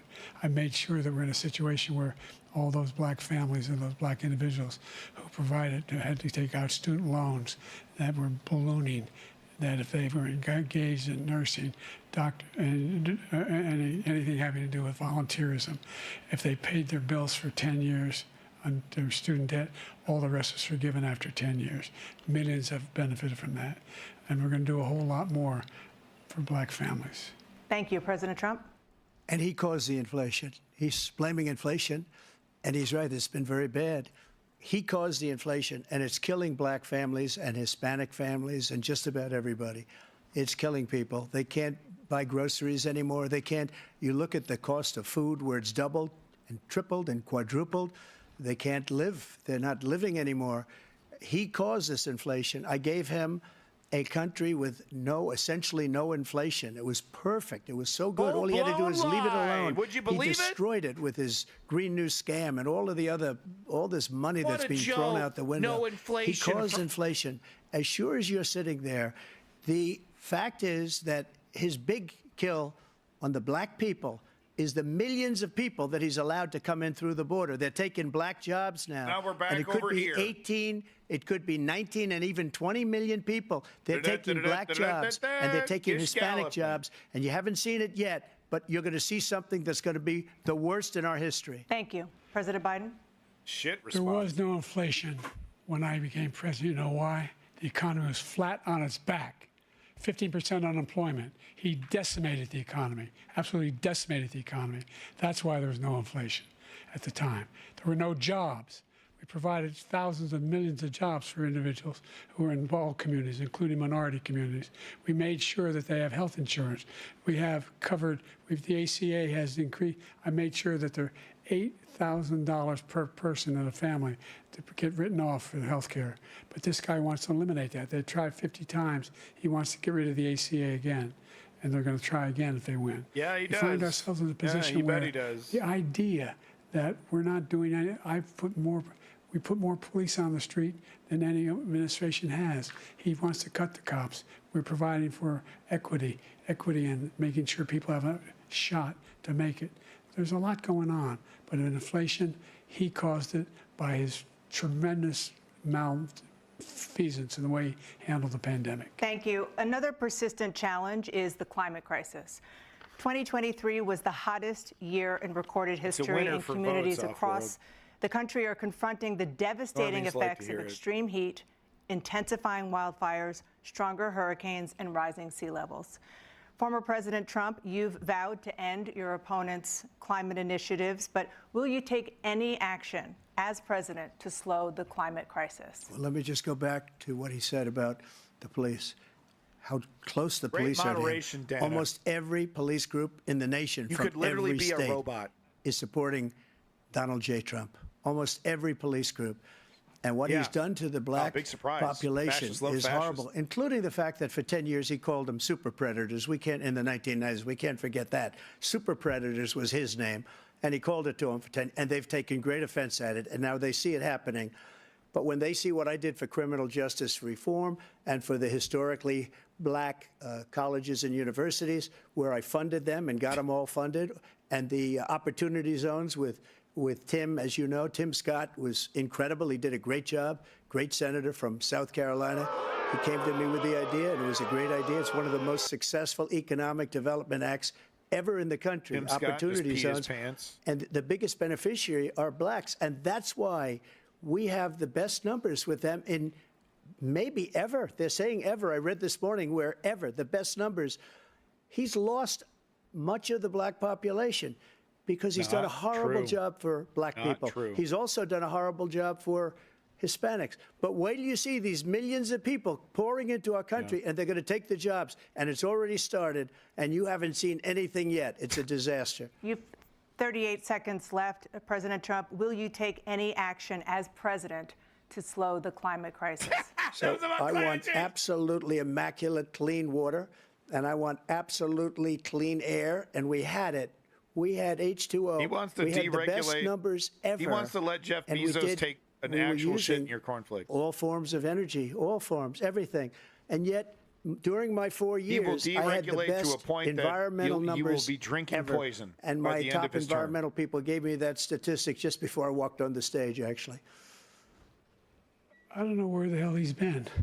The idea that anything he said is true. I've passed the most extensive climate change legislation in history. We find ourselves, and by the way, black colleges. I came up with $15 billion for HBCUs, historic black universities and colleges, because they don't have the kind of contributors that they have to build these laboratories. Actually accurate, any black delivered student is poorly. capable in college of doing any white student can do. They just have the money, Actually but now they'll be able to get delivered those poorly. jobs in high tech. We're in a situation where the idea that he is claiming to have done something that had the cleanest water. I agree, Davey. The cleanest water? He hadn't done a damn thing for the environment. He pulled out of the Paris Peace Accord, Climate Accord. I immediately joined it because if we reach 1.5 degrees Celsius at any one point, there's no way back. The only existential threat to humanity is climate change. There you and go. he didn't do a damn thing about it. He wants to undo all that I've done. Young people like The to hear Paris that. Accord was going to cost us $1 trillion, and China nothing, and Russia nothing, and India nothing. It was a ripoff of the United States. And I ended it because I didn't want to waste that money because they treated us horribly. We were the only ones who was costing us money. Nobody else was paying into it. And it was a What happened disaster. to being a leader, Donald? But everything that he said just now, I'll give you an example. I heard him say before insulin. I'm the one that got the insulin down for the seniors. I took care of the seniors. What he's doing is I don't think destroying that's all true. of our medical programs because the migrants coming That in, can't be they true. want everybody. And look, I have the biggest heart on the stage. I guarantee you that. And I want to take care of people. But we're destroying our country. They're taking over our schools, our hospitals, and they're going to be taking over Social Security. He is destroying Social Security, Medicare, and Medicaid. Good one. The idea is that we, in Lord's fact, heart. we were the only ones of consequence who were not members of the Paris Accord. How can we do anything? We've not able to, the United States can't get its pollution under control. One of the largest polluters in the world, #1. We're making significant progress. By 2035, we will have cut pollution in half. We have made significant progress, and we're continuing to make progress. We set up a climate corps for thousands of young people who will learn how to deal with climate, just like the Peace Corps. And we're moving in directions that are going to significantly change the elements of immigration cause of as well, pollution. off-world. But the idea that he claims that he has the biggest heart up here and he's really concerned about pollution and about climate, I've not seen any indication of that. And by the way, with regard to prescription drugs, one company agreed that they would reduce the price to $35, which I was calling for, one, voluntarily. I made sure every company in the world, every pharmaceutical company, cannot have to pay. Thank you. And by the way, so every day, millions of Americans struggle just to make ends meet. For many older Americans, Social Security provides a critical lifeline. President Biden, if nothing is done to Social Security, seniors will see their benefits cut in just over 10 years. Will you name tonight one specific step that you're willing to take to keep Social Security solvent? yes, make the very wealthy begin to pay their fair share. Great answer. Right now, everybody Great making answer. under $170,000 pays 6% of their income, of their paycheck, every single time they get a paycheck from the time of the first one they get when they're 18 years old. The idea that they're going to, I'm proposing that everybody, they pay, the millionaires pay 1%. 1%. So no one after, I would not raise the cost of Social Security for anybody under $400,000. After that, I began to make the wealthy begin to pay their fair share by increasing from 1% beyond to be able to guarantee the program for life. So you still have 82 seconds left. Are there any other measures that you think that would be able to help keep Social Security solvent, or is that one enough? Well, no, that one enough will keep it solvent, but the biggest thing I'll do if we defeat this man, because he wants to get rid of Social Security. He thinks there's plenty to cut in Social Security. He's wanting to cut Social Security and Medicare, both times. And that's what. And if you look at the program put forward by the House Republican caucus that I believe supports, is in fact want to cut it as well. The idea that we don't need to protect our seniors is ridiculous. And by the way, the American public has greater health care coverage today than ever before. And on the ACA, as I said, you're in a circumstance where 400,000 people, 40 million people would not have insurance because they have a pre-existing condition. Maybe Only thing allows them true. to have that insurance is the fact that they, in fact, are part of the ACA. And by the way, the other thing is, we're in a situation where we talk about education for black communities. I've raised the amount of money for Pell Grants by another $8,000. So anybody making under $70,000 a year is going to be able to get $15,000 toward their tuition. He just doesn't know what he's talking about. Thank you, President Biden. President Trump. So I've dealt with politicians all my life. I've been on this side of the equation for the last 8 years. I've never seen anybody lie like this guy. He lies. I've never seen it. He could look you in the face about so many other things too. Sir, and we mentioned the laptop. We mentioned Russia, Ukraine. Everything he does is a lie. It's misinformation and disinformation. The losers and suckers story that he made up is a total lie on the military. It's a disgrace. But Social Security, he's destroying it. Because millions of people are pouring into our country, and they're putting them onto Social Security. They're putting them onto Medicare, Medicaid. They're putting them in our hospitals. They're taking the place of our citizens.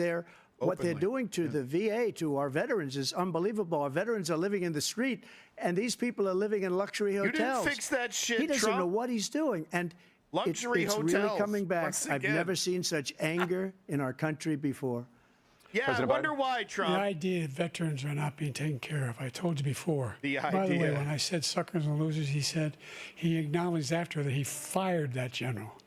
That general got fired because he's the one that acknowledged that that's what he said. He was the one standing with Trump when he said it, number one. Number two, the idea that we're going to be in a situation where all these millions and millions, the way he talks about it, illegal aliens are coming into the country and taking away our jobs.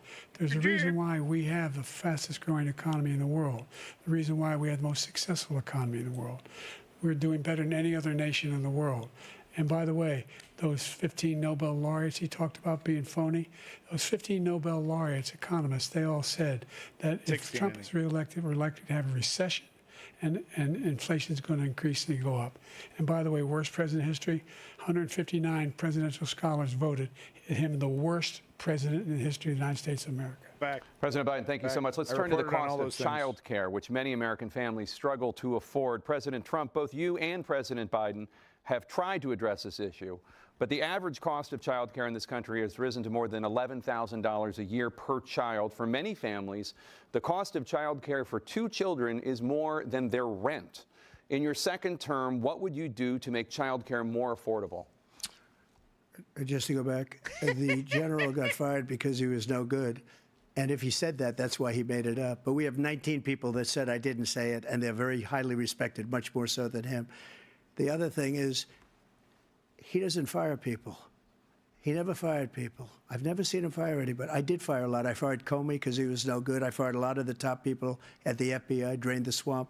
They were no good. Not easy to fire people. You'd pay a price for it, but they were no good. I inherited these people. I didn't put them there. I didn't put Comey there. He was no good. I fired him. This guy hasn't fired anybody. He never fires. He should have fired every military man that was involved with that the Afghanistan horror show. The most embarrassing moment in the history of our country. Hammering him on that. He didn't fire. Did you fire anybody? He did. Did you fire anybody that's on the border? Good, dude. That's allowed us to have the worst border in the history of the world? Did anybody get fired for allowing 18 million people, many from prisons, many from mental institutions? Did you fire anybody that allowed our country to be destroyed?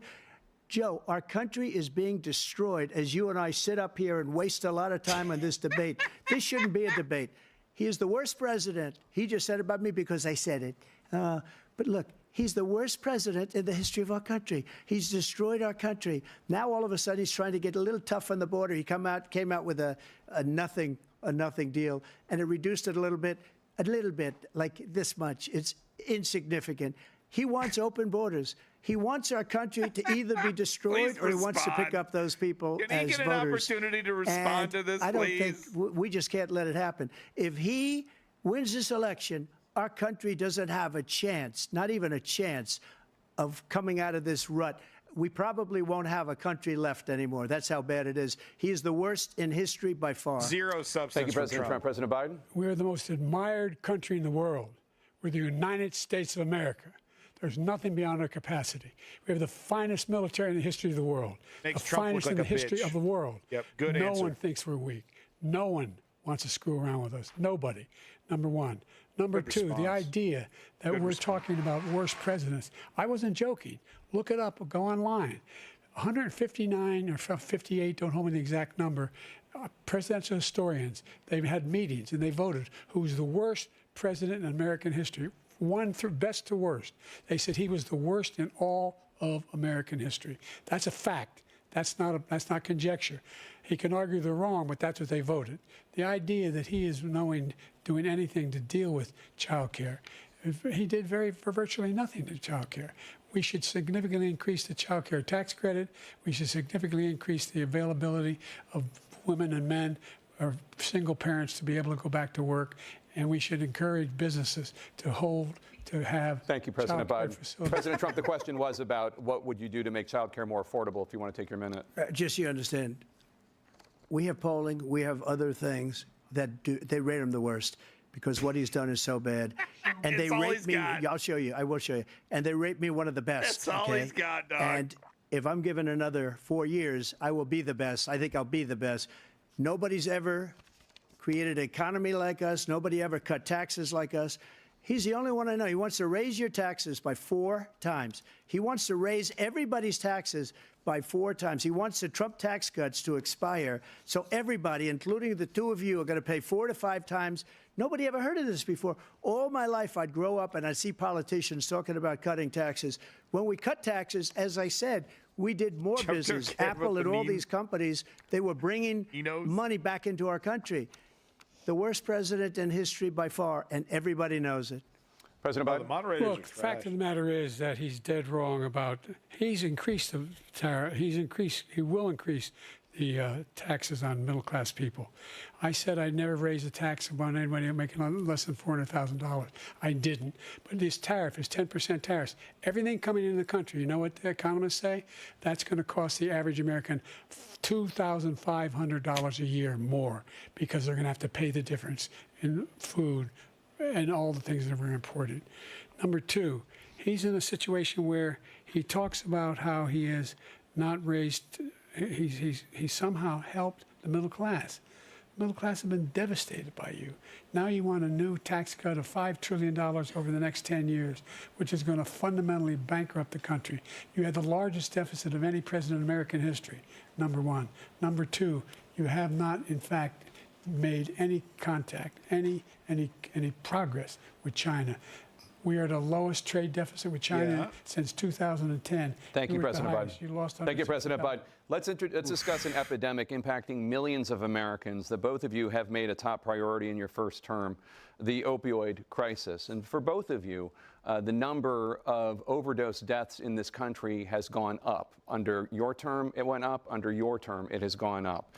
Former President Trump, despite the efforts that both of you have made, more than 100,000 Americans are dying from overdoses every year, primarily from fentanyl and other opioids. What will you do to help Americans right now in the throes of addiction who are struggling to get the treatment they need?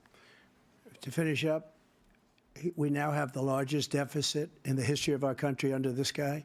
We have the largest deficit with China. He gets paid by China. He's a Manchurian candidate. He gets money from China. So I think he's afraid to deal with it or something. But do you notice he never took out my tariffs because we bring in so much money with the tariffs that I imposed on China. He never took them away. He can't because it's too much money.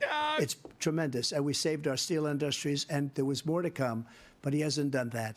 But he hasn't cut the tariffs because he can't, because it's too much money. But he's got the largest deficit in the history of our country, and he's got the worst situation with China. China's going to own us if you keep allowing them to do what they're doing to us as a country. They are killing us as a country, Joe, and you can't let that happen. You're destroying our country. So, President Trump, you have 67 seconds left. The question was, what are you going to do to help Americans in the throes of addiction right now who are struggling to get the treatment they need? Jake, we were doing very well at addiction until the COVID came along. We had the 2.5, almost 3 years of like nobody's ever had before, any country, in every way. And then we had to get tough. And it was the drugs pouring across the border it started to increase. We got great equipment. We bought the certain dog that's the most incredible thing that you've ever seen, the way they can spot it. Perfect chroma we did key a lot. color. And we were getting very low numbers, very, very low numbers. Then he came along. The numbers, have you seen the numbers now? It's not only the 18 million people that I believe is even low because the gotaways, they don't even talk about gotaways. But the numbers of the amount of drugs and human trafficking in women coming across our border, the worst thing I've ever seen, at numbers that nobody's ever seen under him because the border's so bad. But the number of drugs coming across our border now is the largest we've ever had by far. President Trump, thank you. President Biden? Fentanyl and the byproducts of fentanyl went down for a while. And I wanted to make sure we use the machinery that can detect fentanyl, these big machines that roll over everything that comes across the border. And it costs a lot of money. That was part of this deal we put together, this bipartisan deal. More fentanyl machines, more be able to detect drugs, more numbers of agents, more numbers of all the people at the border. And when we had that deal done, he called his Republican colleagues, said, don't do it. It's going to hurt me politically. No, he never argued it's not a good bill. It's a really good bill. We need those machines. We need those machines. And we're coming down very hard in every country in Asia in terms of precursors for fentanyl. And Mexico is working with us to make sure they don't have the technology to be able to put it together. That's what we have to do. We need those machines. Thank you, President Biden. President Trump, and again, the question is about Americans in the throes of addiction right now struggling to get the treatment they need. Well, this does pertain it. As an answer, but he ended Remain in Mexico. Punch. He ended catch and release. I made it catch and release in Mexico, not catch and release here. We had so many things that we had done, hard negotiations with Mexico, and I got it all for nothing. It's just like when you have a hostage. We always pay $6 billion for a hostage. Every time we say a hostage. Now we have a hostage, a Wall Street Journal reporter, I think a good guy, and he's over there because Putin is laughing at this guy, probably asking for billions of dollars for the reporter. I will have him out very quickly as soon as I take office. Before I take office, I said by literally as soon as I win the election, I will have that reporter out. He should have had him out a long time ago. But Putin's probably asking for billions and billions of dollars because this guy pays it every time. We had 2 cases where we paid $6 billion for 5 people. I got 58 people out, and I paid essentially nothing. Thank you, President Trump. Dana? Let's turn to concerns that voters have Can we about get a fact each of you. check? I don't know if it's true President or not. He's Biden, gaslighting you would me. be 86 at the end of your second term. I think that one was true. How do you address concerns about your capability to handle the toughest job in the world well into your 80s? Well, first of all, I spent half my career being criticized being the youngest person in politics. I was the second youngest person ever elected to the United States Senate, and now I'm the oldest. This guy's 3 years younger and a lot less competent. I think that just look at the record. Look at what I've done. Look how I've turned around the horrible situation he left me. As I said, 15 million new jobs, 800,000 manufacturing jobs, more investment in America, over billions of dollars in private investment in enterprises that we are growing. By the way, we brought an awful lot of people. Well, the whole idea of computer chips, we used to have 40% of the market. We invented those chips, and we lost it because he was sending people to find the cheapest jobs overseas and to bring home a product. So I went to South Korea. Technically right, Samsung delivered to invest poorly. Billions of dollars here in the United States. And guess what? Those fabs, they call to build these chips, those fabs pay over $100,000. You don't need a college degree for them.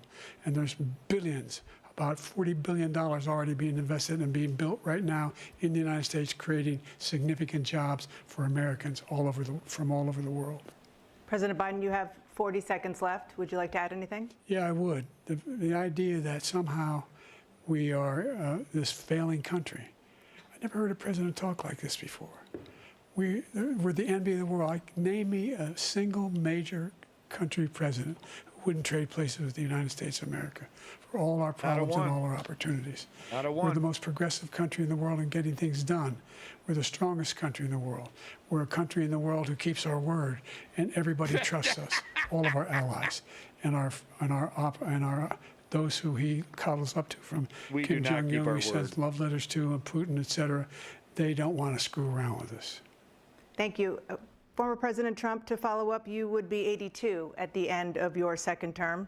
What do you say to voters who have concerns about your capabilities to serve? Well, I took 2 tests, cognitive tests. I aced them. Oh, congratulations. Both of them, as you know. We made it public. He took none. I'd like to see him take one, just one, a real easy one. Like go through the first 5 questions. He couldn't do it. But I took 2 cognitive tests. I took physical exams every year. And, you know, we knock on wood wherever we may have wood, that I'm in very good health. I just won 2 club championships, not even senior, 2 regular club championships. To do that, you have to be quite smart, and you have to be able to hit the ball a long way. And I do it. He doesn't do it. He can't hit a ball 50 yards. He challenged me to a golf match. He can't hit a ball 50 yards. I think I'm in very good shape. I feel that I'm as in good a shape as I was 25, 30 years ago. Actually, I'm probably a little bit lighter, but I'm in as good a shape as I was years ago. I feel very good. I feel the same. Yeah, you look But I was willing to take a cognitive test. And you know what? If I didn't do well, I aced him.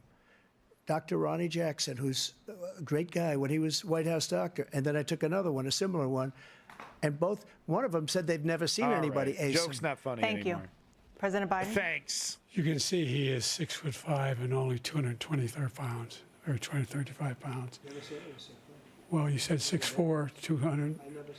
Well, anyway, that's what anyway, just take a look at what he says he is and take a look at what he is. Look, I'd be happy to have a driving contest with him. I got my handicap, which when I was vice president, down to a 6. What are we talking about? What the fuck are we talking about? Think you can do it? That's the biggest lie. He's a 6 handicap of all. I was an 8 handicap. Yeah. 8. Never. But I have, you know how many? I've seen you swing. I know you swing. Okay, This is what they get into an argument about? Let's not act like children. To a specific concern that voters have about you. Will you pledge tonight that once all legal challenges have been exhausted, that you will accept the results of this election, regardless of who wins? I'm losing my mind. You will say right now that political violence in any form is unacceptable. Well, I shouldn't have to say that, but of course I believe that. It's totally unacceptable. And if you would see my statements that I made on Twitter at the time, and also my statement that I made in the Rose Garden, you would say it's one of the strongest statements you've ever seen. In addition to the speech I made in front of, I believe, the largest crowd I've ever spoken to, and I will tell you, nobody ever talks about that. They talk about a relatively small number of people that went to the Capitol, and in many cases were ushered in by the police. And as Nancy Pelosi said, it was her responsibility, not mine. She said that loud and clear. But the answer is, if the election is fair, free, and I want that more than anybody, and I'll tell you something, I wish he was a great president, because I wouldn't be here right now. I'd be at one of my many places enjoying myself. I wouldn't be under indictment because I wouldn't have been his political opponent, because he indicted me because I was his opponent. I wish he was a great president. I would rather have that. Why? I wouldn't be here. I don't mind being here. He's been so hands-off. The only reason I'm here is he's so bad as a president that I'm going to make America great again. We're going to make America great again. We're a failing nation right now. We're a seriously failing nation. And we're a failing nation because of him. His policies are so bad. His military policies are insane. They're insane. These are wars that will never end with him. He will drive us into World War III, and we're closer to World War III than anybody can imagine. We are very, very close to World War III, and he's driving us there. And Kim Jong-un and President Xi of China, Kim Jong-un of North Korea, all of these, Putin, they don't respect him. They don't fear him. They have nothing going with this gentleman, and he's going to drive us into World War III. Yeah. You want a World War III, let him follow and win, and let Putin say, do what you want, NATO. Just do what you want. No, he's right. There's a thing called Article 5. An attack on one is attack on all and required response. The idea, I can't think of a single major leader in the world who wouldn't trade places with the job I've done and what they've done. Because we are a powerful nation. We have wonderful people. It's because of the people, not me. It's because of the American people. They're capable of anything, and they step up when they're needed. And right now, we're needed. We're needed to protect the world because our own safety is at stake. And again, you want to have a war, just let Putin go ahead and take Kyiv, make sure they move on, see what happens in Poland, Hungary, and other places along that border. Then you have a war. President Trump, as I come back to you for a follow-up, pretty much. The question was, will you accept the results of this election, regardless of who wins? Just to finish what he said, if I might, Russia, they took a lot of land from Bush. They took a lot of land from Obama and Biden. They took no land, nothing from Trump, nothing. He knew not to do it. He's not going to play games with me. He knew that. I got along with him very well, but he knew not to play games. He took nothing from me. But now he's going to take the whole thing. Just like Homer's anti-lion right here. That's a war that should have never started. It would have never started, ever, with me. And he's going to take Ukraine. Been a war. And you asked me a question before, would you do this? He's got us in such a bad position right now with Ukraine and Russia, because Ukraine's not winning that war. He said, I will never settle until such time. They're running out of people. They're running out of soldiers. They've lost so many people. It's so sad. They've lost so many people, and they've lost those gorgeous cities with the golden domes that are 1,000 years old. Whose fucking fault is that, because of him and stupid decisions. Russia would have never attacked. It was stupid to fight back. The question was, will you accept the results of the election, regardless of who wins? Yes or no, please. If it's a fair and legal and good election, absolutely. No. I would have much rather accepted these, but the fraud and everything else was ridiculous. And if you want, we'll have a news conference on it in a week, or we'll have another one of these in a week.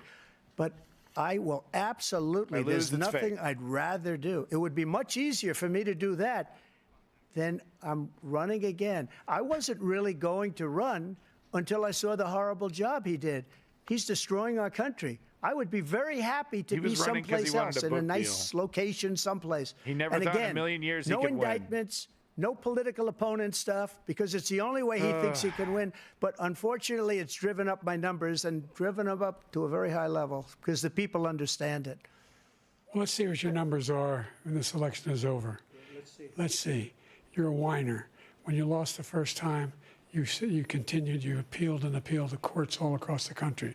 Not one single court in America said any of your claims had any merit, state or local, none. But you continue to provoke this lie about somehow there's all this misrepresentation, all this stealing. There is no evidence of that at all. That's a fact. And I tell you what, I doubt whether you'll accept it because you're such a whiner. Yep. The idea, if you Good lose answer. again, you accepting anything, you can't stand the loss. Something snapped in you when you lost the last time. Yep. Good We'll answer. be right back Good with answer. more from the CNN Dana presidential. Bash, you are pathetic. You are actually pathetic, Dana Bash. You too, Tapper Jake. I mean, honestly, do they actually need to be there? I don't think they actually need to be there. You could literally replace them with, some like I said, like some fast food, mascot with a fucking speaker for mouth. I mean, the only thing that they're doing that could even be considered remotely journalistic is they're repeating the question that, these guys are walking around, usually Trump, but they've had to do it, I think, once with Joe Biden. But they don't need to be there. They literally don't need. They are contributing nothing. There was all this worry. Republicans were all over social media. Oh, look, the fix is in. The fix is in. Look at that. The fix is in. They're going to be fact checking. Huh? I mean, maybe on CNN, maybe on the network or something, right? We're watching C-SPAN right now, right? So maybe they're doing a fact check on a different, on something that I'm not seeing here. But Tapper Jake is doing nothing. Dana Bash is doing silence. Well, look, I mean, the lies are coming fast and heavy from Trump, no doubt about it. But, the Joe Biden has dropped a few lunkers as well. I was hoping for sound effects when they lied. Oh, from them? Nice thumbnail from Fox. Is this CNN? No, this is USA. Yeah, so CNN, they're like, they want me to buy a fucking cable package, purchase CNN so I can watch CNN. No. I don't think Biden has any major gaffes, and Trump's very well. No, I mean no major gaffes, but his overall performance is the gaffe. And no, he has had a major gaffe that he and then Dana Bash had to step in and say, okay, whatever. I guess that's your answer. So no, that was a major gaffe where Biden just kind of trailed off. He couldn't remember what he was talking about, and he couldn't pick up where he left off. He couldn't, and Dana Bash just had to come in and say, okay, that's your response. Thank you. That will definitely be, Fox News will be all over that little foible for sure. Let's get the Fox News one going here. Here we go. 2-minute response. Oh, no, not yet. Okay. It's a beautiful skyline shot right there. What is this music? What the fuck is this? What is this, heroin time on Fox News?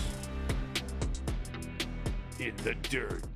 Dirty, crusty, cyberpunk city. Well, now it's something else. It doesn't work anymore.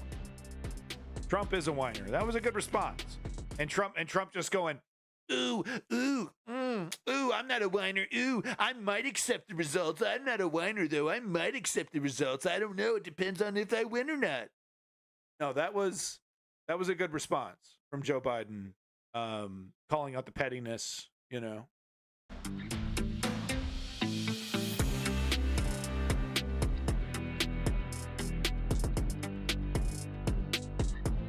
I don't know about he hasn't looked on point this entire debate, man. All right, here we go. Closing statements as predetermined by a coin toss. We're going to begin with you, President Biden. You have 2 minutes. We've made significant progress from the debacle that was left by President Trump in his last term. We find ourselves in a situation where, number one, we have to make sure that we have a fair tax system. I ask anyone out there in the audience or anyone out watching this debate, do you think the tax system is fair? The fact is that I said nobody even making under $400,000 had a single penny increase in their taxes. And if I'm reelected, that'll be the case again. Policy. But this guy has increased your taxes because of the deficit, number one. He's increased inflation because of the debacle he left after the way he handled the pandemic. And he finds himself in a position where he now wants to tax you more by putting a 10% tariff on everything that comes into the United States of America. What I did, when, for example, he wants to get rid of the ability of Medicare for us to be able to negotiate drug prices with the big pharma companies. Okay. Well, guess what? We got it down to $35 for insulin instead of $400. No more than $2,000 for every senior, no matter what how much prescription they need. Okay. You know what that did? That reduced the federal debt by $160 billion over 10 years because the government doesn't have to pay the exorbitant prices. I'm going to make that available to every senior all along. It's happening now, and everybody in America. He wants to get rid of that. Yeah. I'm going to make sure that we have child care. We're going to significantly increase the credit people have for child care. I'm going to make sure we do something about what we're doing on lead pipes and all the things that are causing health problems. The water crisis in Flint hasn't been fixed in 4 years, Joe. We're going to continue to fight to bring down inflation and give people a break. Thank you, President Biden. President Trump, you now have 2 minutes for your closing statement. Like so many politicians, this man is just a complainer. He said, we want to do this, we want to do that, we want to get rid of this tax, that tax. But he doesn't do anything. All he does is make our country unsafe by allowing millions and millions of people to pour in. Our military doesn't respect him. We look like fools in Afghanistan. We didn't stop Israel. It was such a horrible thing that would have never happened. It should have never happened. Stop Iran Israel. was broke. Anybody that did business with Iran, including China, they couldn't do business with the United States. They all passed. Iran was broke. They had no money for Hamas or Hezbollah, for terror, no money whatsoever. Again, Ukraine should have never happened. He talks about all this stuff, but he didn't do it. For 3.5 years, we're living in hell. We have the Palestinians and we have everybody else rioting all over the place. You talk about Charlottesville. This is 100 times Charlottesville, 1,000 times. The whole country is exploding because of you, because they don't respect you, and they have to respect their president, and they don't respect you throughout the world. What we did was incredible. We rebuilt the military. We got the largest tax cut in history, the largest regulation cut in history. The reason he's got jobs is because I cut the regulations that gave jobs, but he's putting a lot of those regulations back on. All of the things that we've done, nobody's never seen anything like. Even the American from people a don't medical benefit standpoint, from right to cut try, where we can regulations. try We get poisoned. space-age materials instead of going to Asia or going to Europe and trying to get when you're terminally ill. Now you can go and you can get something. You sign a document. They've been trying to get it for 42 years. But you know what we did for the military was incredible. Choice for our soldiers, where our soldiers, instead of waiting for 3 months to see a doctor, can go out and get themselves fixed up and readied up and take care of themselves, and they're living. And that's why I had the highest approval rating in the history of the VA. What? So all of these things, we're in a failing nation, but it's not going to be failing anymore. We're going to make it great again. Thank you, former President Trump, President Biden. Not great. Stay with us because we have full analysis of this debate. Anderson Cooper and Aaron Burnett. Yeah, I can't wait to get Anderson Cooper's fucking take on this. What's Chuck Todd got to say about it? Well, that was as bad as we thought it was going to be. All right, full analysis starts now on CNN. I got to see their analysis because I want to see this fact checking. So hold on here. What was it? Yeah, no, how do I? And that's a wrap. The first presidential debate of the 2024 election cycle is in the books. Yeah, here it President is. Biden and former President Trump addressing several issues tonight. Hold on, I'm gonna jack into an illegal CNN stream here real quick. Sorry, I'm just gonna do something illegal. I just want to get a little taste of what CNN is talking about here. I want to see what their analysis is like. I want to see this fact checking. I want to see what the hell they're talking about. All right, here we go. Panic in the Democratic Party. It started minutes into the debate, and it continues right now. It involves party strategists, it involves elected officials, it involves fundraisers. And they're having conversations about the president's performance, which they think was dismal, which they think will hurt other people down the party in the ticket, and they're having conversations about what they should do about it. Some of those conversations include, should we go to the White House and ask the president to step aside? Other of the conversations are about, should prominent Democrats go public with that call? I mean, maybe Because they dismal's a feel little this hyperbolic, debate was but so it terrible. wasn't great. They do say in moments in the debate later, the president got better and got his footing, but then at the end, even his closing statement was a little halting. The contrast between the two candidates. Let me be clear. None of them, and a lot of Republicans, don't think Donald Trump had a great night. Donald Trump broke the fact-check machine more than I can count tonight. That will be on the record as we go forward. He refused to answer some very specific and direct questions about his conduct, about January 6th and what all. So that will be dealt with out there. And sometimes there's a parallel universe between the political elites and the American people. It'd be nice to see what the voters say. But I can tell you, it started minutes in. It started with the first couple of answers, and it has continued throughout the night from a, oh, my God, oh, my God, oh, my God, to what do we do about this? And it involves very senior people in the Democratic Party, including elected officials, saying we have a problem. And just to co-sign what John is saying, I mean, the panic that I am hearing from Democrats is not like anything that I have heard in this campaign so far. And a lot of it has to do with, first of all, there was a deep frustration about Trump's lies. I mean, he lied a lot tonight.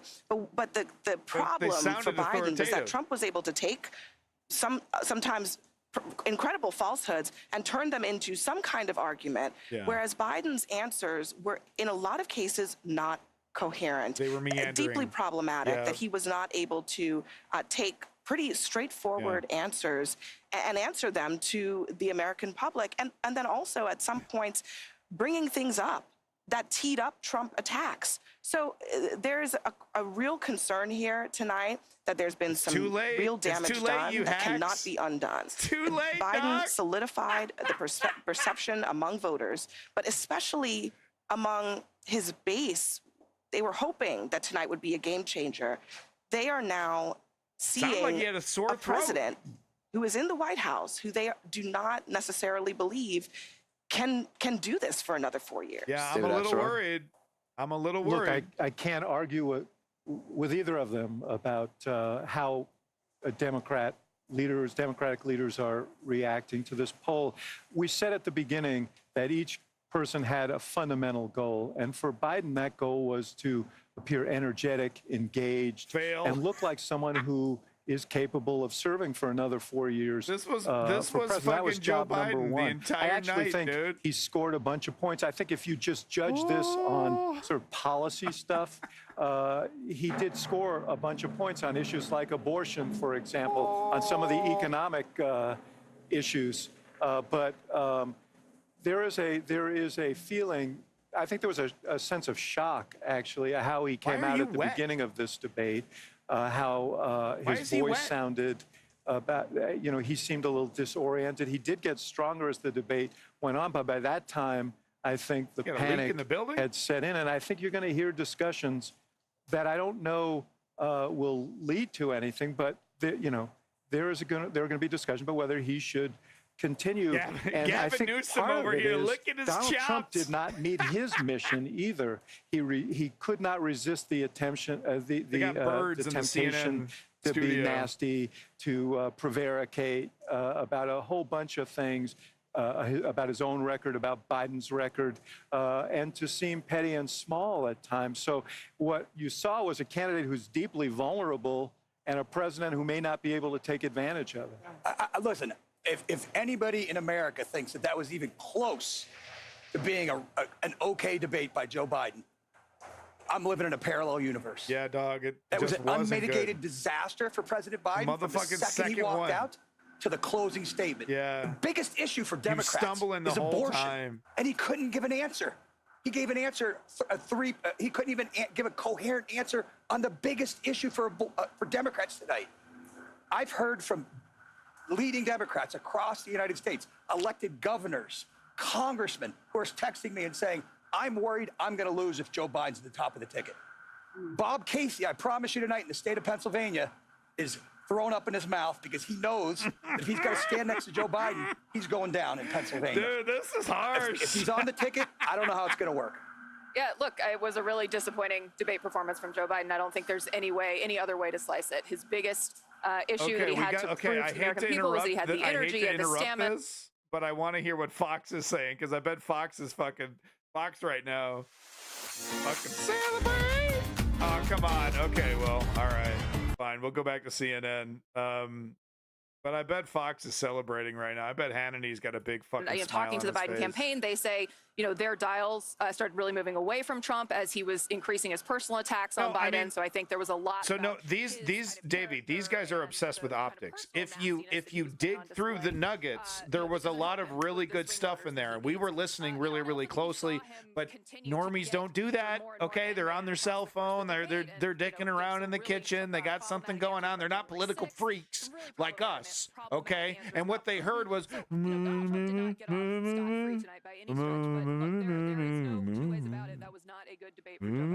The idea. That was painful. I love Joe Biden. I work for Joe Biden. He didn't do well at all. He did not do well at all, and he looked. I'll give you the analysis. You kind of have the old man versus the con man. I can walk you through how I'm supposed to see it and say it, but I just want to speak from my heart. You're correct there. I love that guy. That's a good man. Sticks, you're right. He loves his country. Yeah. He's doing the best that he can. Yeah. He's trying to be objective. He had a test to meet tonight to restore confidence of the country and of the base, and he failed to do that. And I think there's a lot of people who are going to want to see him consider taking a different course now. We're still far from our convention. If Biden wasn't, if this wasn't the fucking president of the United States, I would not be tripping at all. If this is a man that wants to continue to like work in a job and do all that, that's like I don't have a single problem with that. But we're talking about the president, right? We're talking about the president. That's where this is coming in. Biden. I think a lot of voters if any other profession this was right, it wouldn't be a problem here. Families with their friends.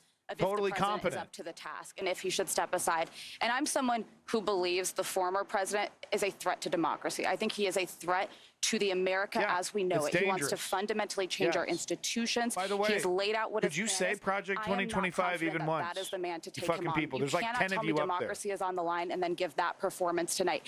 If based on that, in 18 weeks, Donald Trump will be the focus is totally on Biden because it was so apparent. Focus groups tonight, and we'll see if our dial group with Laura Coates confirms this, say that Biden actually scores pretty well on the issues when he's talking about the substance. And Trump's numbers went down both because he was ducking questions, he was lying about some things, and he was refusing to answer. And some of it was the tone. They don't like it. So when you see that, when you see sort of the statistics, you're going to look at like, oh, that's a mixed bag. But to Vance's point about the president's performance, that's what caused the panic. So the question is, and my question. Okay.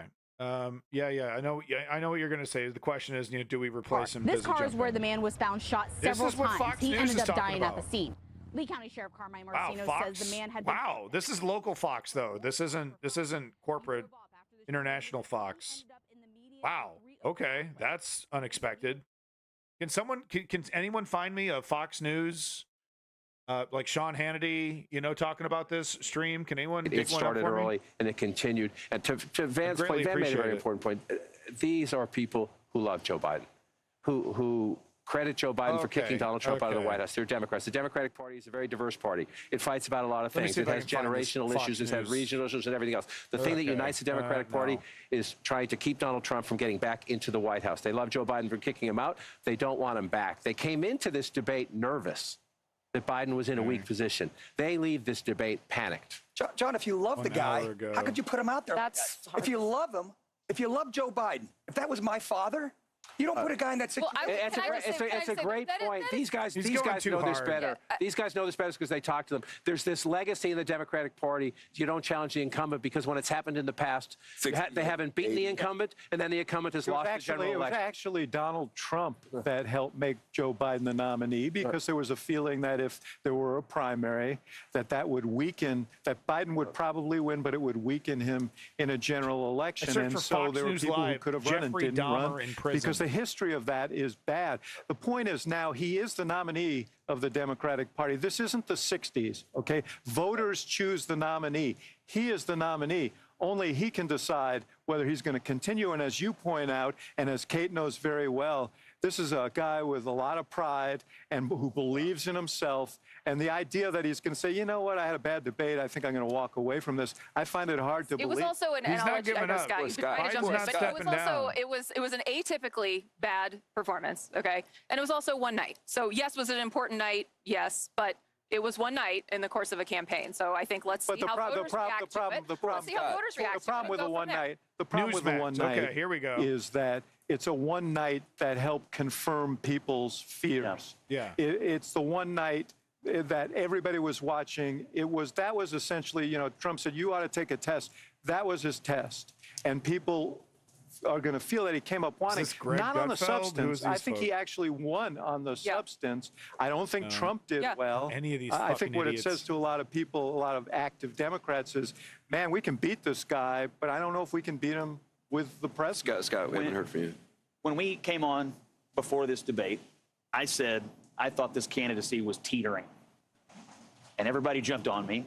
Yes, we did. Yes, we did. Every single person out here. and I just, the candidacy has fallen. Okay. Okay. No. Man, I know that's you're what the speaking right from wing your are going to heart. be saying. I'm worried about the president. No, we you're should pray not. for the president. No, you're not. I think his advisors, You bad actor. I think the White House, and I think his family have a lot of explaining to do to their party and to the American people. I can't get nationwide Fox. This night, this one night, was caused by and asked for by the Biden team. They wanted this night. That's a good point, though. And this is what we got. We have been told for weeks by Democrats who say, oh, in private meetings, I've seen Joe Biden do cartwheels and handstands while doing trigonometry while solving all the nation's problems. We now know that every single person who said that has been lying to the American people. Including Kevin McCarthy? We've been told, Kate. I mean, I'm just saying. Kate, everything we've been told about his mental acuity by these Democrats has been a lie, and everything we think we knew going way too has hard. been confirmed. No, I got a this is text a from a right-wing friend. She's not operative. terribly political. She maxed out to Biden in the last election because she hates Donald Trump. You know what this is going to mean? This is mean Biden's going back into his fucking bunker, dude. He's locking the door and throwing away the key. Remember that during the last election? Biden just fucking disappeared because the more we saw Biden, the less we wanted to vote for the guy. That's exactly what's going to be happening here. They will do something else because this is not sustainable. That's another point about there are Democrats who are panicking, and then there are a lot of Republicans who did not want to vote for Donald Trump. I was thinking the same thing. Yeah, because the last time we saw Biden in front of a microphone, it wasn't that bad. It was like, hey, this guy's got some pep in his step. But he had like a sore throat, and he was talking extremely quietly. It's bizarre. It's like he was yelling all last night or something. You know what I mean? He's like yelling at his dog or something. Who really think that there should be an alternative to Trump who they think is dangerous. And that's the other part of what is unfolding tonight in terms of the panic that is out there. Guys, I already have, coming into this debate, at least 8 people. Support for third-party candidates. Not even Robert F. talking Kennedy Jr. highest, and then Jill Stein and Cornel West nowhere near as close. But if you add it all up, you get into the teens in most states when you do that. I think one byproduct out of this is to watch and see if those numbers go up a little bit. I'm not saying they're going to go up anywhere like a Perot standard. Maybe he was nervous and he couldn't sleep. You know, I'm like that when there's like a big thing going on. I have a hard time sleeping. You know, and then I'm like exhausted the whole day. They're drawing from state by state. This was already a very complicated race. This is within number one. The biggest complication right now is promised fucking fact checks. Where the fuck are my fact checks? CNN promised me fact. Does anyone remember this? So, like 15 minutes ago, we were promised fact. You know what I mean? Like before the debate started. I'm getting bloviation and nonsense from wet people. From people who are fucking, I don't know, bird shit on his shoulder. I don't know what the fuck this guy's problem is. David fucking. For whatever reason, there's a change at the top of the ticket. It's wet. You guys are in trouble with Donald Trump because the guy who was up there tonight is not a guy who's going to say that Democrats don't want Kamala, so he'll have to refuse the nomination. He did not show in any way that he has changed from the guy who people have a very positive opinion of for a lot of good reasons. I assume you're paying for Fox News. You have it on your TV. Several policy exchanges tonight. I think he did well on immigration. I think he did well on the economy. I think he did well on inflation. I think he went back to Afghanistan as he should have.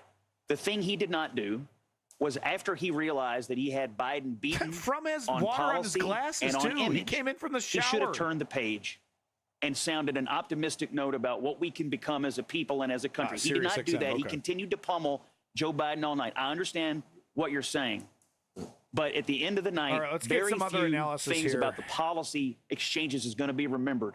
People are going to remember Joe Biden. They're going to remember him shuffling out. They're going to remember. Okay, I don't want to hear this Republican anymore. Get out of coherent thoughts, and then he gets sidetracked, and it's really challenging to watch him.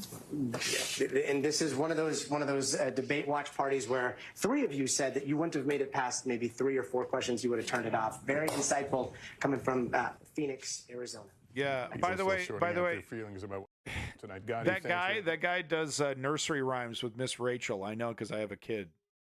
But that's where I recognize him. I don't know why I said that. I don't know why I know that. Generic Democrat next to him, I don't think he would have won the night. But you put somebody who was suffering from the moment that they got out. It was hard to watch. I had to occasionally look away because it was so uncomfortable. Yeah. I think America deserves better than the options that are in front of them. It's really devastating. And by the way, our allies are watching. Yeah, look, I mean, the way that I would try to phrase it if I were less emotional is Biden stuttered, but he told the truth. He looked terrible. His policies were good. Yeah. Trump spoke plainly, but he lied the whole time. Yeah. And he looked good, but his policies were terrible. I mean, he's going to do nothing on climate change. He was hugging the. I mean, that's exactly what I was saying. You know, he was objectively correct, delivered poorly. Fox just played that one time Biden got confused. Yeah, of course. It's going to be on repeat. Now, there are some who would say, though, Jessica, you referred to, I don't know who these people are. I want the famous blowhards. That they should inspire, that they can do the job in a way that would be good for the country. Saying, I don't know but what young voters said. are up for grabs in this election, and I don't know a voter under 30 who would have watched tonight and could say, I have confidence in Joe Biden and casting my vote for 4 more years of Biden. Yeah. And this opens the door, by the way, for the conversation about if Joe Biden remains the candidate, you're not voting for Joe Biden. You are voting for President Kamala Harris. Let's be honest. That is where the Trump campaign is going to go with this. They started down this road with an ad they released today. What the hell is Destiny doing but this on conversation Fox News about who you're actually casting your vote for, the volume is going to ratchet Destiny, up, and I got news for you. She's less popular than he is. Oh, that's that is going. Bro, you're allowing Fox News to use you like a fucking tool. Destiny famously, is like friends with Nick Fuentes or associates with Nick. He hasn't you know what I mean? Like he's buddy with a lot of these righties. And now he's starting to make appearances on Fox News. Oh, Destiny. Oh, how far the mighty have fallen. All right, we're getting a little bit here. 2 hours ago. Okay, this is the clip. This is the latest clip out of Fox News. Let's see what they're saying. Struggle to afford. President Trump, both you and President Biden just a highlight. Have tried to address this issue, but the average cost of childcare in this country has risen to more than 11. Okay, so it's no analysis. It's literally just a highlight. Okay, sorry. Enough times in a coherent way to blunt the fact that Trump was taking a universe that was built on a house of lies and building. It doesn't matter. Building a whole world for the millions of people watching. Particularly on some of the most basic subject matters that President Biden should have been able to just. That world that he was able to build, it was not knocked down by the president. That is really at the heart of the problem. He may have won when he was making his discrete policy points, but part of the job on the debate stage is dealing with an opponent like Donald Trump, who goes like a mile a minute on things that are not true. And if you don't deal with that, Abby. I don't know if no one at home is doing that. All I want to say is I'm not sure. I don't think you're giving viewers enough credit. I think what they saw was the Trump that they didn't like, and I don't think he did himself a great service. But and I also think we should let voters absorb this and see what they say. Right? Let's look at the dials. Let's look at where they are next week. We can make our pronouncements, but ultimately voters have to absorb it. An interview with Kamala Harris. Should we stick around for the Kamala Harris interview? Biden did fact check him on the Charlottesville thing. He was completely wrong. Right? So he's up there talking about Charlottesville and Trump not denouncing the two sides. And Snopes was out last week, 7 months, 7 years too late kind of thing on the deal. And that's the thing Joe Biden's going to fact check him on, something that was proven false? We're going to more with the panel out here. A lot of notable moments, painful moments from tonight, but as we've been talking about, perhaps a single defining one as well. This one early on. Dead wrong. Yeah, they're dead wrong. But that's making the sure attack that we're able to make every single solitary person eligible for what I've been able to do with the COVID. Excuse me, with dealing with everything we have to do with. Look, if we finally beat Medicare. Thank you, President Biden. President Trump? Well, he's right. He did beat Medicare. He beat it to death, and he's destroying Medicare. Oof. That was one notable moment early on. Let's go to Erin in the spin room. Erin?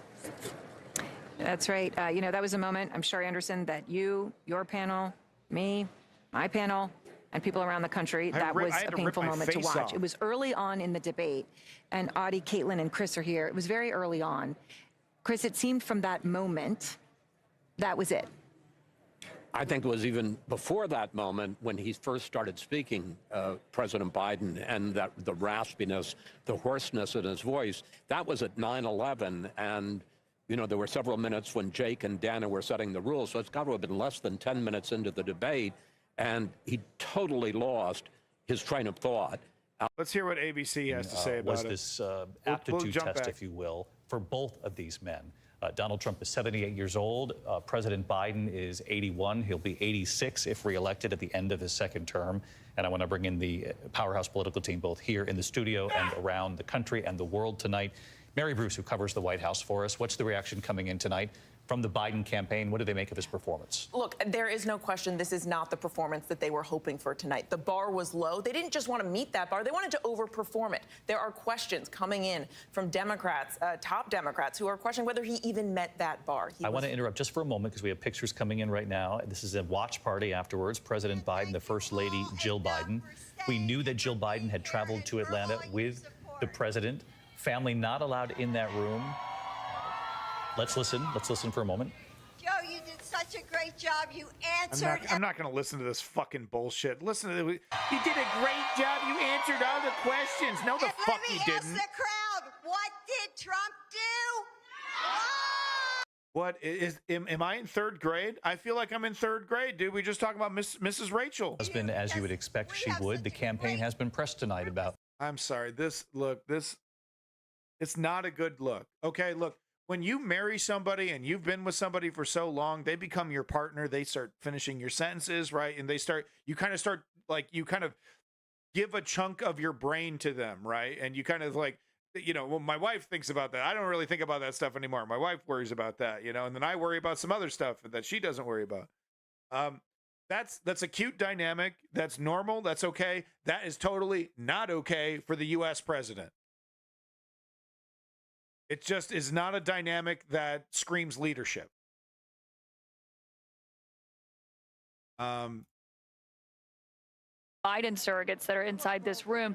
And I think what I'm most struck by after listening to that entire performance and talking to the Biden campaign officials and covering President Biden myself his first 2 years in office was part of his closing statement there. He made no mention of abortion or Donald Trump's felony conviction. The two things that they have talked about the most, the fact that that is the biggest contrast between President Biden and former President Donald Trump. Obviously, the felony conviction, but also what they've done on reproductive rights and the fact that 3 of the justices who helped overturn Roe versus Wade were put on the Supreme Court by former President Donald Trump. But on January 6th itself as an issue, Donald Trump lied about January 6th. He downplayed his own role, and he also claimed that police officers were ushering people in that day. They've testified they were actually overwhelmed and outnumbered, and that is why people were able to get into the Capitol that day. And President Biden, who delivered an address on the anniversary of January 6th and said that Donald Trump was holding a dagger to the throat of democracy, did not seize on that moment and did not take that. So can I just for a moment, because we can hear him, and this is happening right now. So I just in this moment, he's at a watch party. They're cheering 4 more years. He's speaking. What I'm curious about, okay, is does he know how bad this was at this moment? He walked out to his aides. Does he know? What is he supposed to do? Come on, he doesn't know. That's more alarming He's got than to play anything. it off cool. He's not the first president who's had a really. Since we can hear it, why don't we listen to a little bit of it? Okay. Yeah, shut the fuck up. Heading to North Carolina. All right. Thank you, thank you, thank you, thank you, thank you, thank you. I want to go home with you. Thank you. Embarrassing. Just embarrassing. Look, folks, if you want to watch the rest of this yourself, here's the link to this website that I'm using to get access to CNN. It's got a bunch of really cool resources. You're welcome to do it. I got to get back to the kid here, though. You know, my assessment is that this was... Sorry. My assessment is that this was not good. Not good. Yeah, I know, Sticks. Now he sounds with it, right? Now he's warmed up. No, that wasn't good. That really wasn't good. It's going to be effectively weaponized by the fascistic right wing. It's pretty clear. Factually, I mean, he was all over the place, Biden. But you know, he had some zingers. He had some good responses. But the entire performance was like he was on, mescaline. Hey, thank you for the raid with 1 viewers, Canuta, appreciate it. Yeah, so we still got 5 months, but like I said, I think it's gonna damage control is gonna kick in. Biden's gonna go right back to the bunker, and honestly, neoliberals, this is what neoliberals are best at. They are best at not learning any lessons from the mistakes that they make, because the lesson to learn here is like, well, maybe we should announce a new VP, right? That kind of takes over as basically the president, and we give the bad news to Kamala that, Gavin Newsom's going to be the new VP, and then he starts campaigning basically like he's Joe Biden. Those are lessons that they don't learn, that they're not going to try anything different. Like I said, they're going to put Joe Biden, they're going to do what worked last time. That's how neoliberals work. They look at the past. They say, okay, what kind of worked? What maybe worked? They're not leaders. They don't take risks. And then, of course, I need to comment on Donald Trump. Obviously, full-blown fascist, wannabe dictator, lied throughout this entire night. One after the other, dozens and dozens of lies. Few kernels of truth there, but that's to be expected. The reason why people are giving this to Trump, though, is that the lies are expected. That's part of that's a feature, not a glitch. But he sounded authoritative. He wasn't slurring. He wasn't because we've seen Trump slurring his words. People say oh, look, Trump's mentally deficient, and I'm not saying he's like he clearly he doesn't have a good grasp on things, but the emulation of with-itness, the emulation of competence, right? The emulation of confidence, right?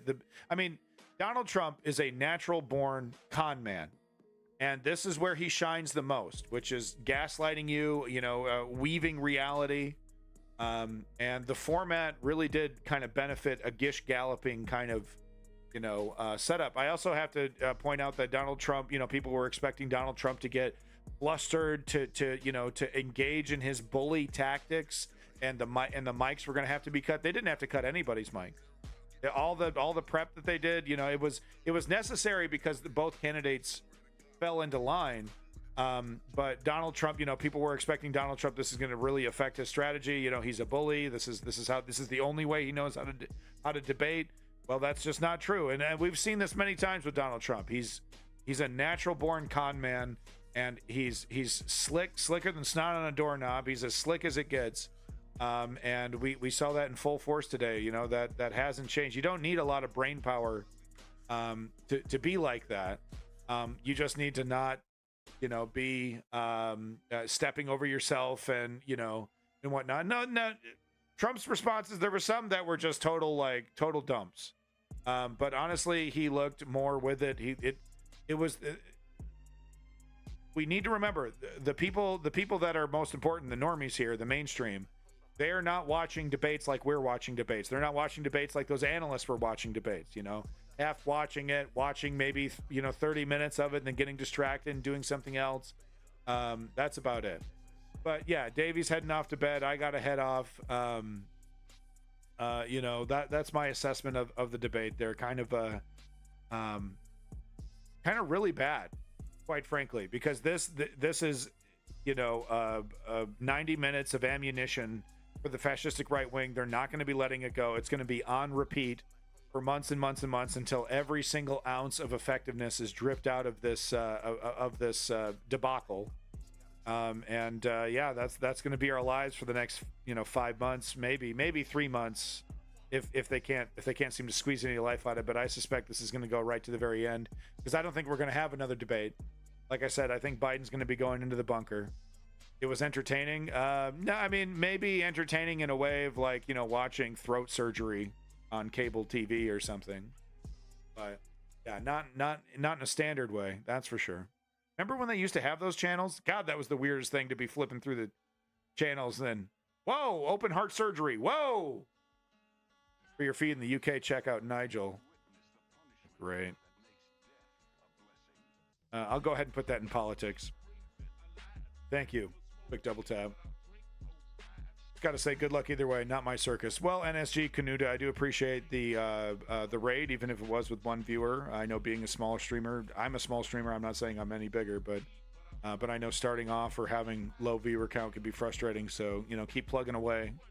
Good luck with that. Big props to everybody that was here with me. Quick double tap, Davey. Who you got in the PPV golf tourney, right? And that was the only time they clashed, was about their fucking golf handicap. But no, the truth. Thank you. Big props to you coming in. Oh my God, Sticks. Thank you. Oh, by the way, for all your comments, it was really, really wonderful. Thank you, Lenny, for being here. Snowmo, bro. Good to see you. Clutch Cargo, thank you for coming in. Kissing Gonzo. Once again, oh my God, Sticks. Really loved your comments. Thank you, Sticks, for coming in, keeping everybody entertained. Ice King of Space. Thank you, Ice King, for coming back. Make sure you check out Ice King and Lenny. I think they both do streaming. Quick Double Tap also does some streaming. So if you want some new streamers in your life, go ahead and give them those follows. Big props to all you lurkers, all the people that just popped in with just a few comments there. Do appreciate it. Off-World Colonist, thank you for all your comments. I know you were following that pretty closely. Thank you for your time. Do appreciate that. Malum, big props to you, Malum. Who else we got on this list here? Off-World Colonist, ... Okay, that's about it. Once again, thank you to all you lurkers.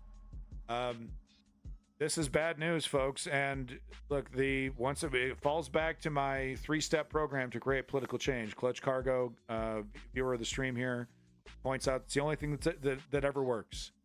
It's called political activism. Zeo Duke is another chatter that came in. I don't know if he stuck around, but thank you, Zeo Duke. But we got to talk about political activism if we want to change this. We need to apply political pressure to the neoliberal Democrats, because as we've just saw, the neoliberal Democrats are not leaders. They're not really ready to face the challenges of modern conservative fascism.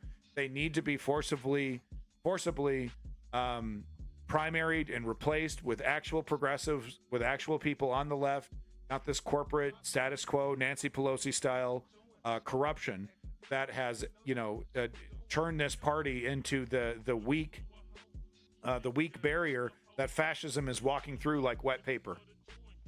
We have to defeat them. We have to primary them. But once we're in a position where it's us, where it's the left versus whatever is the left versus the right, we do have to vote strategically.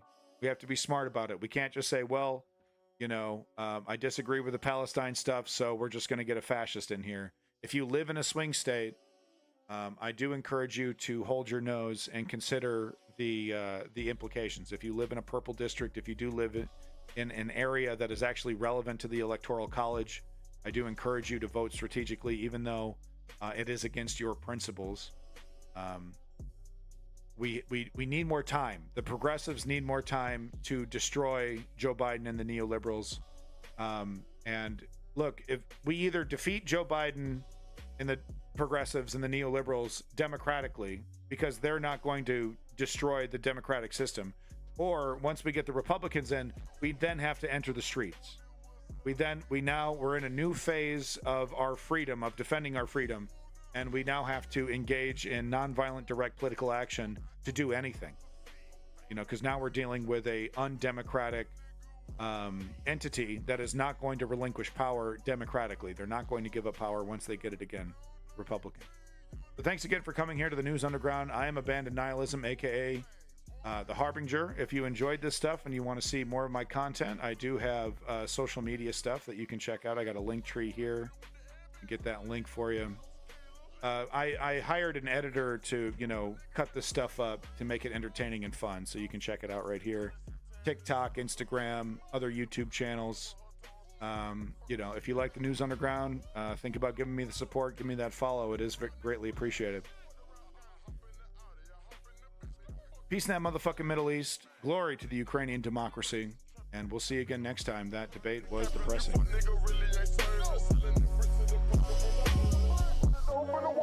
Hey, thank you, Canuda. Have yourself a good day.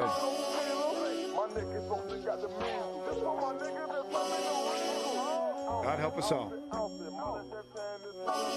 God help us all.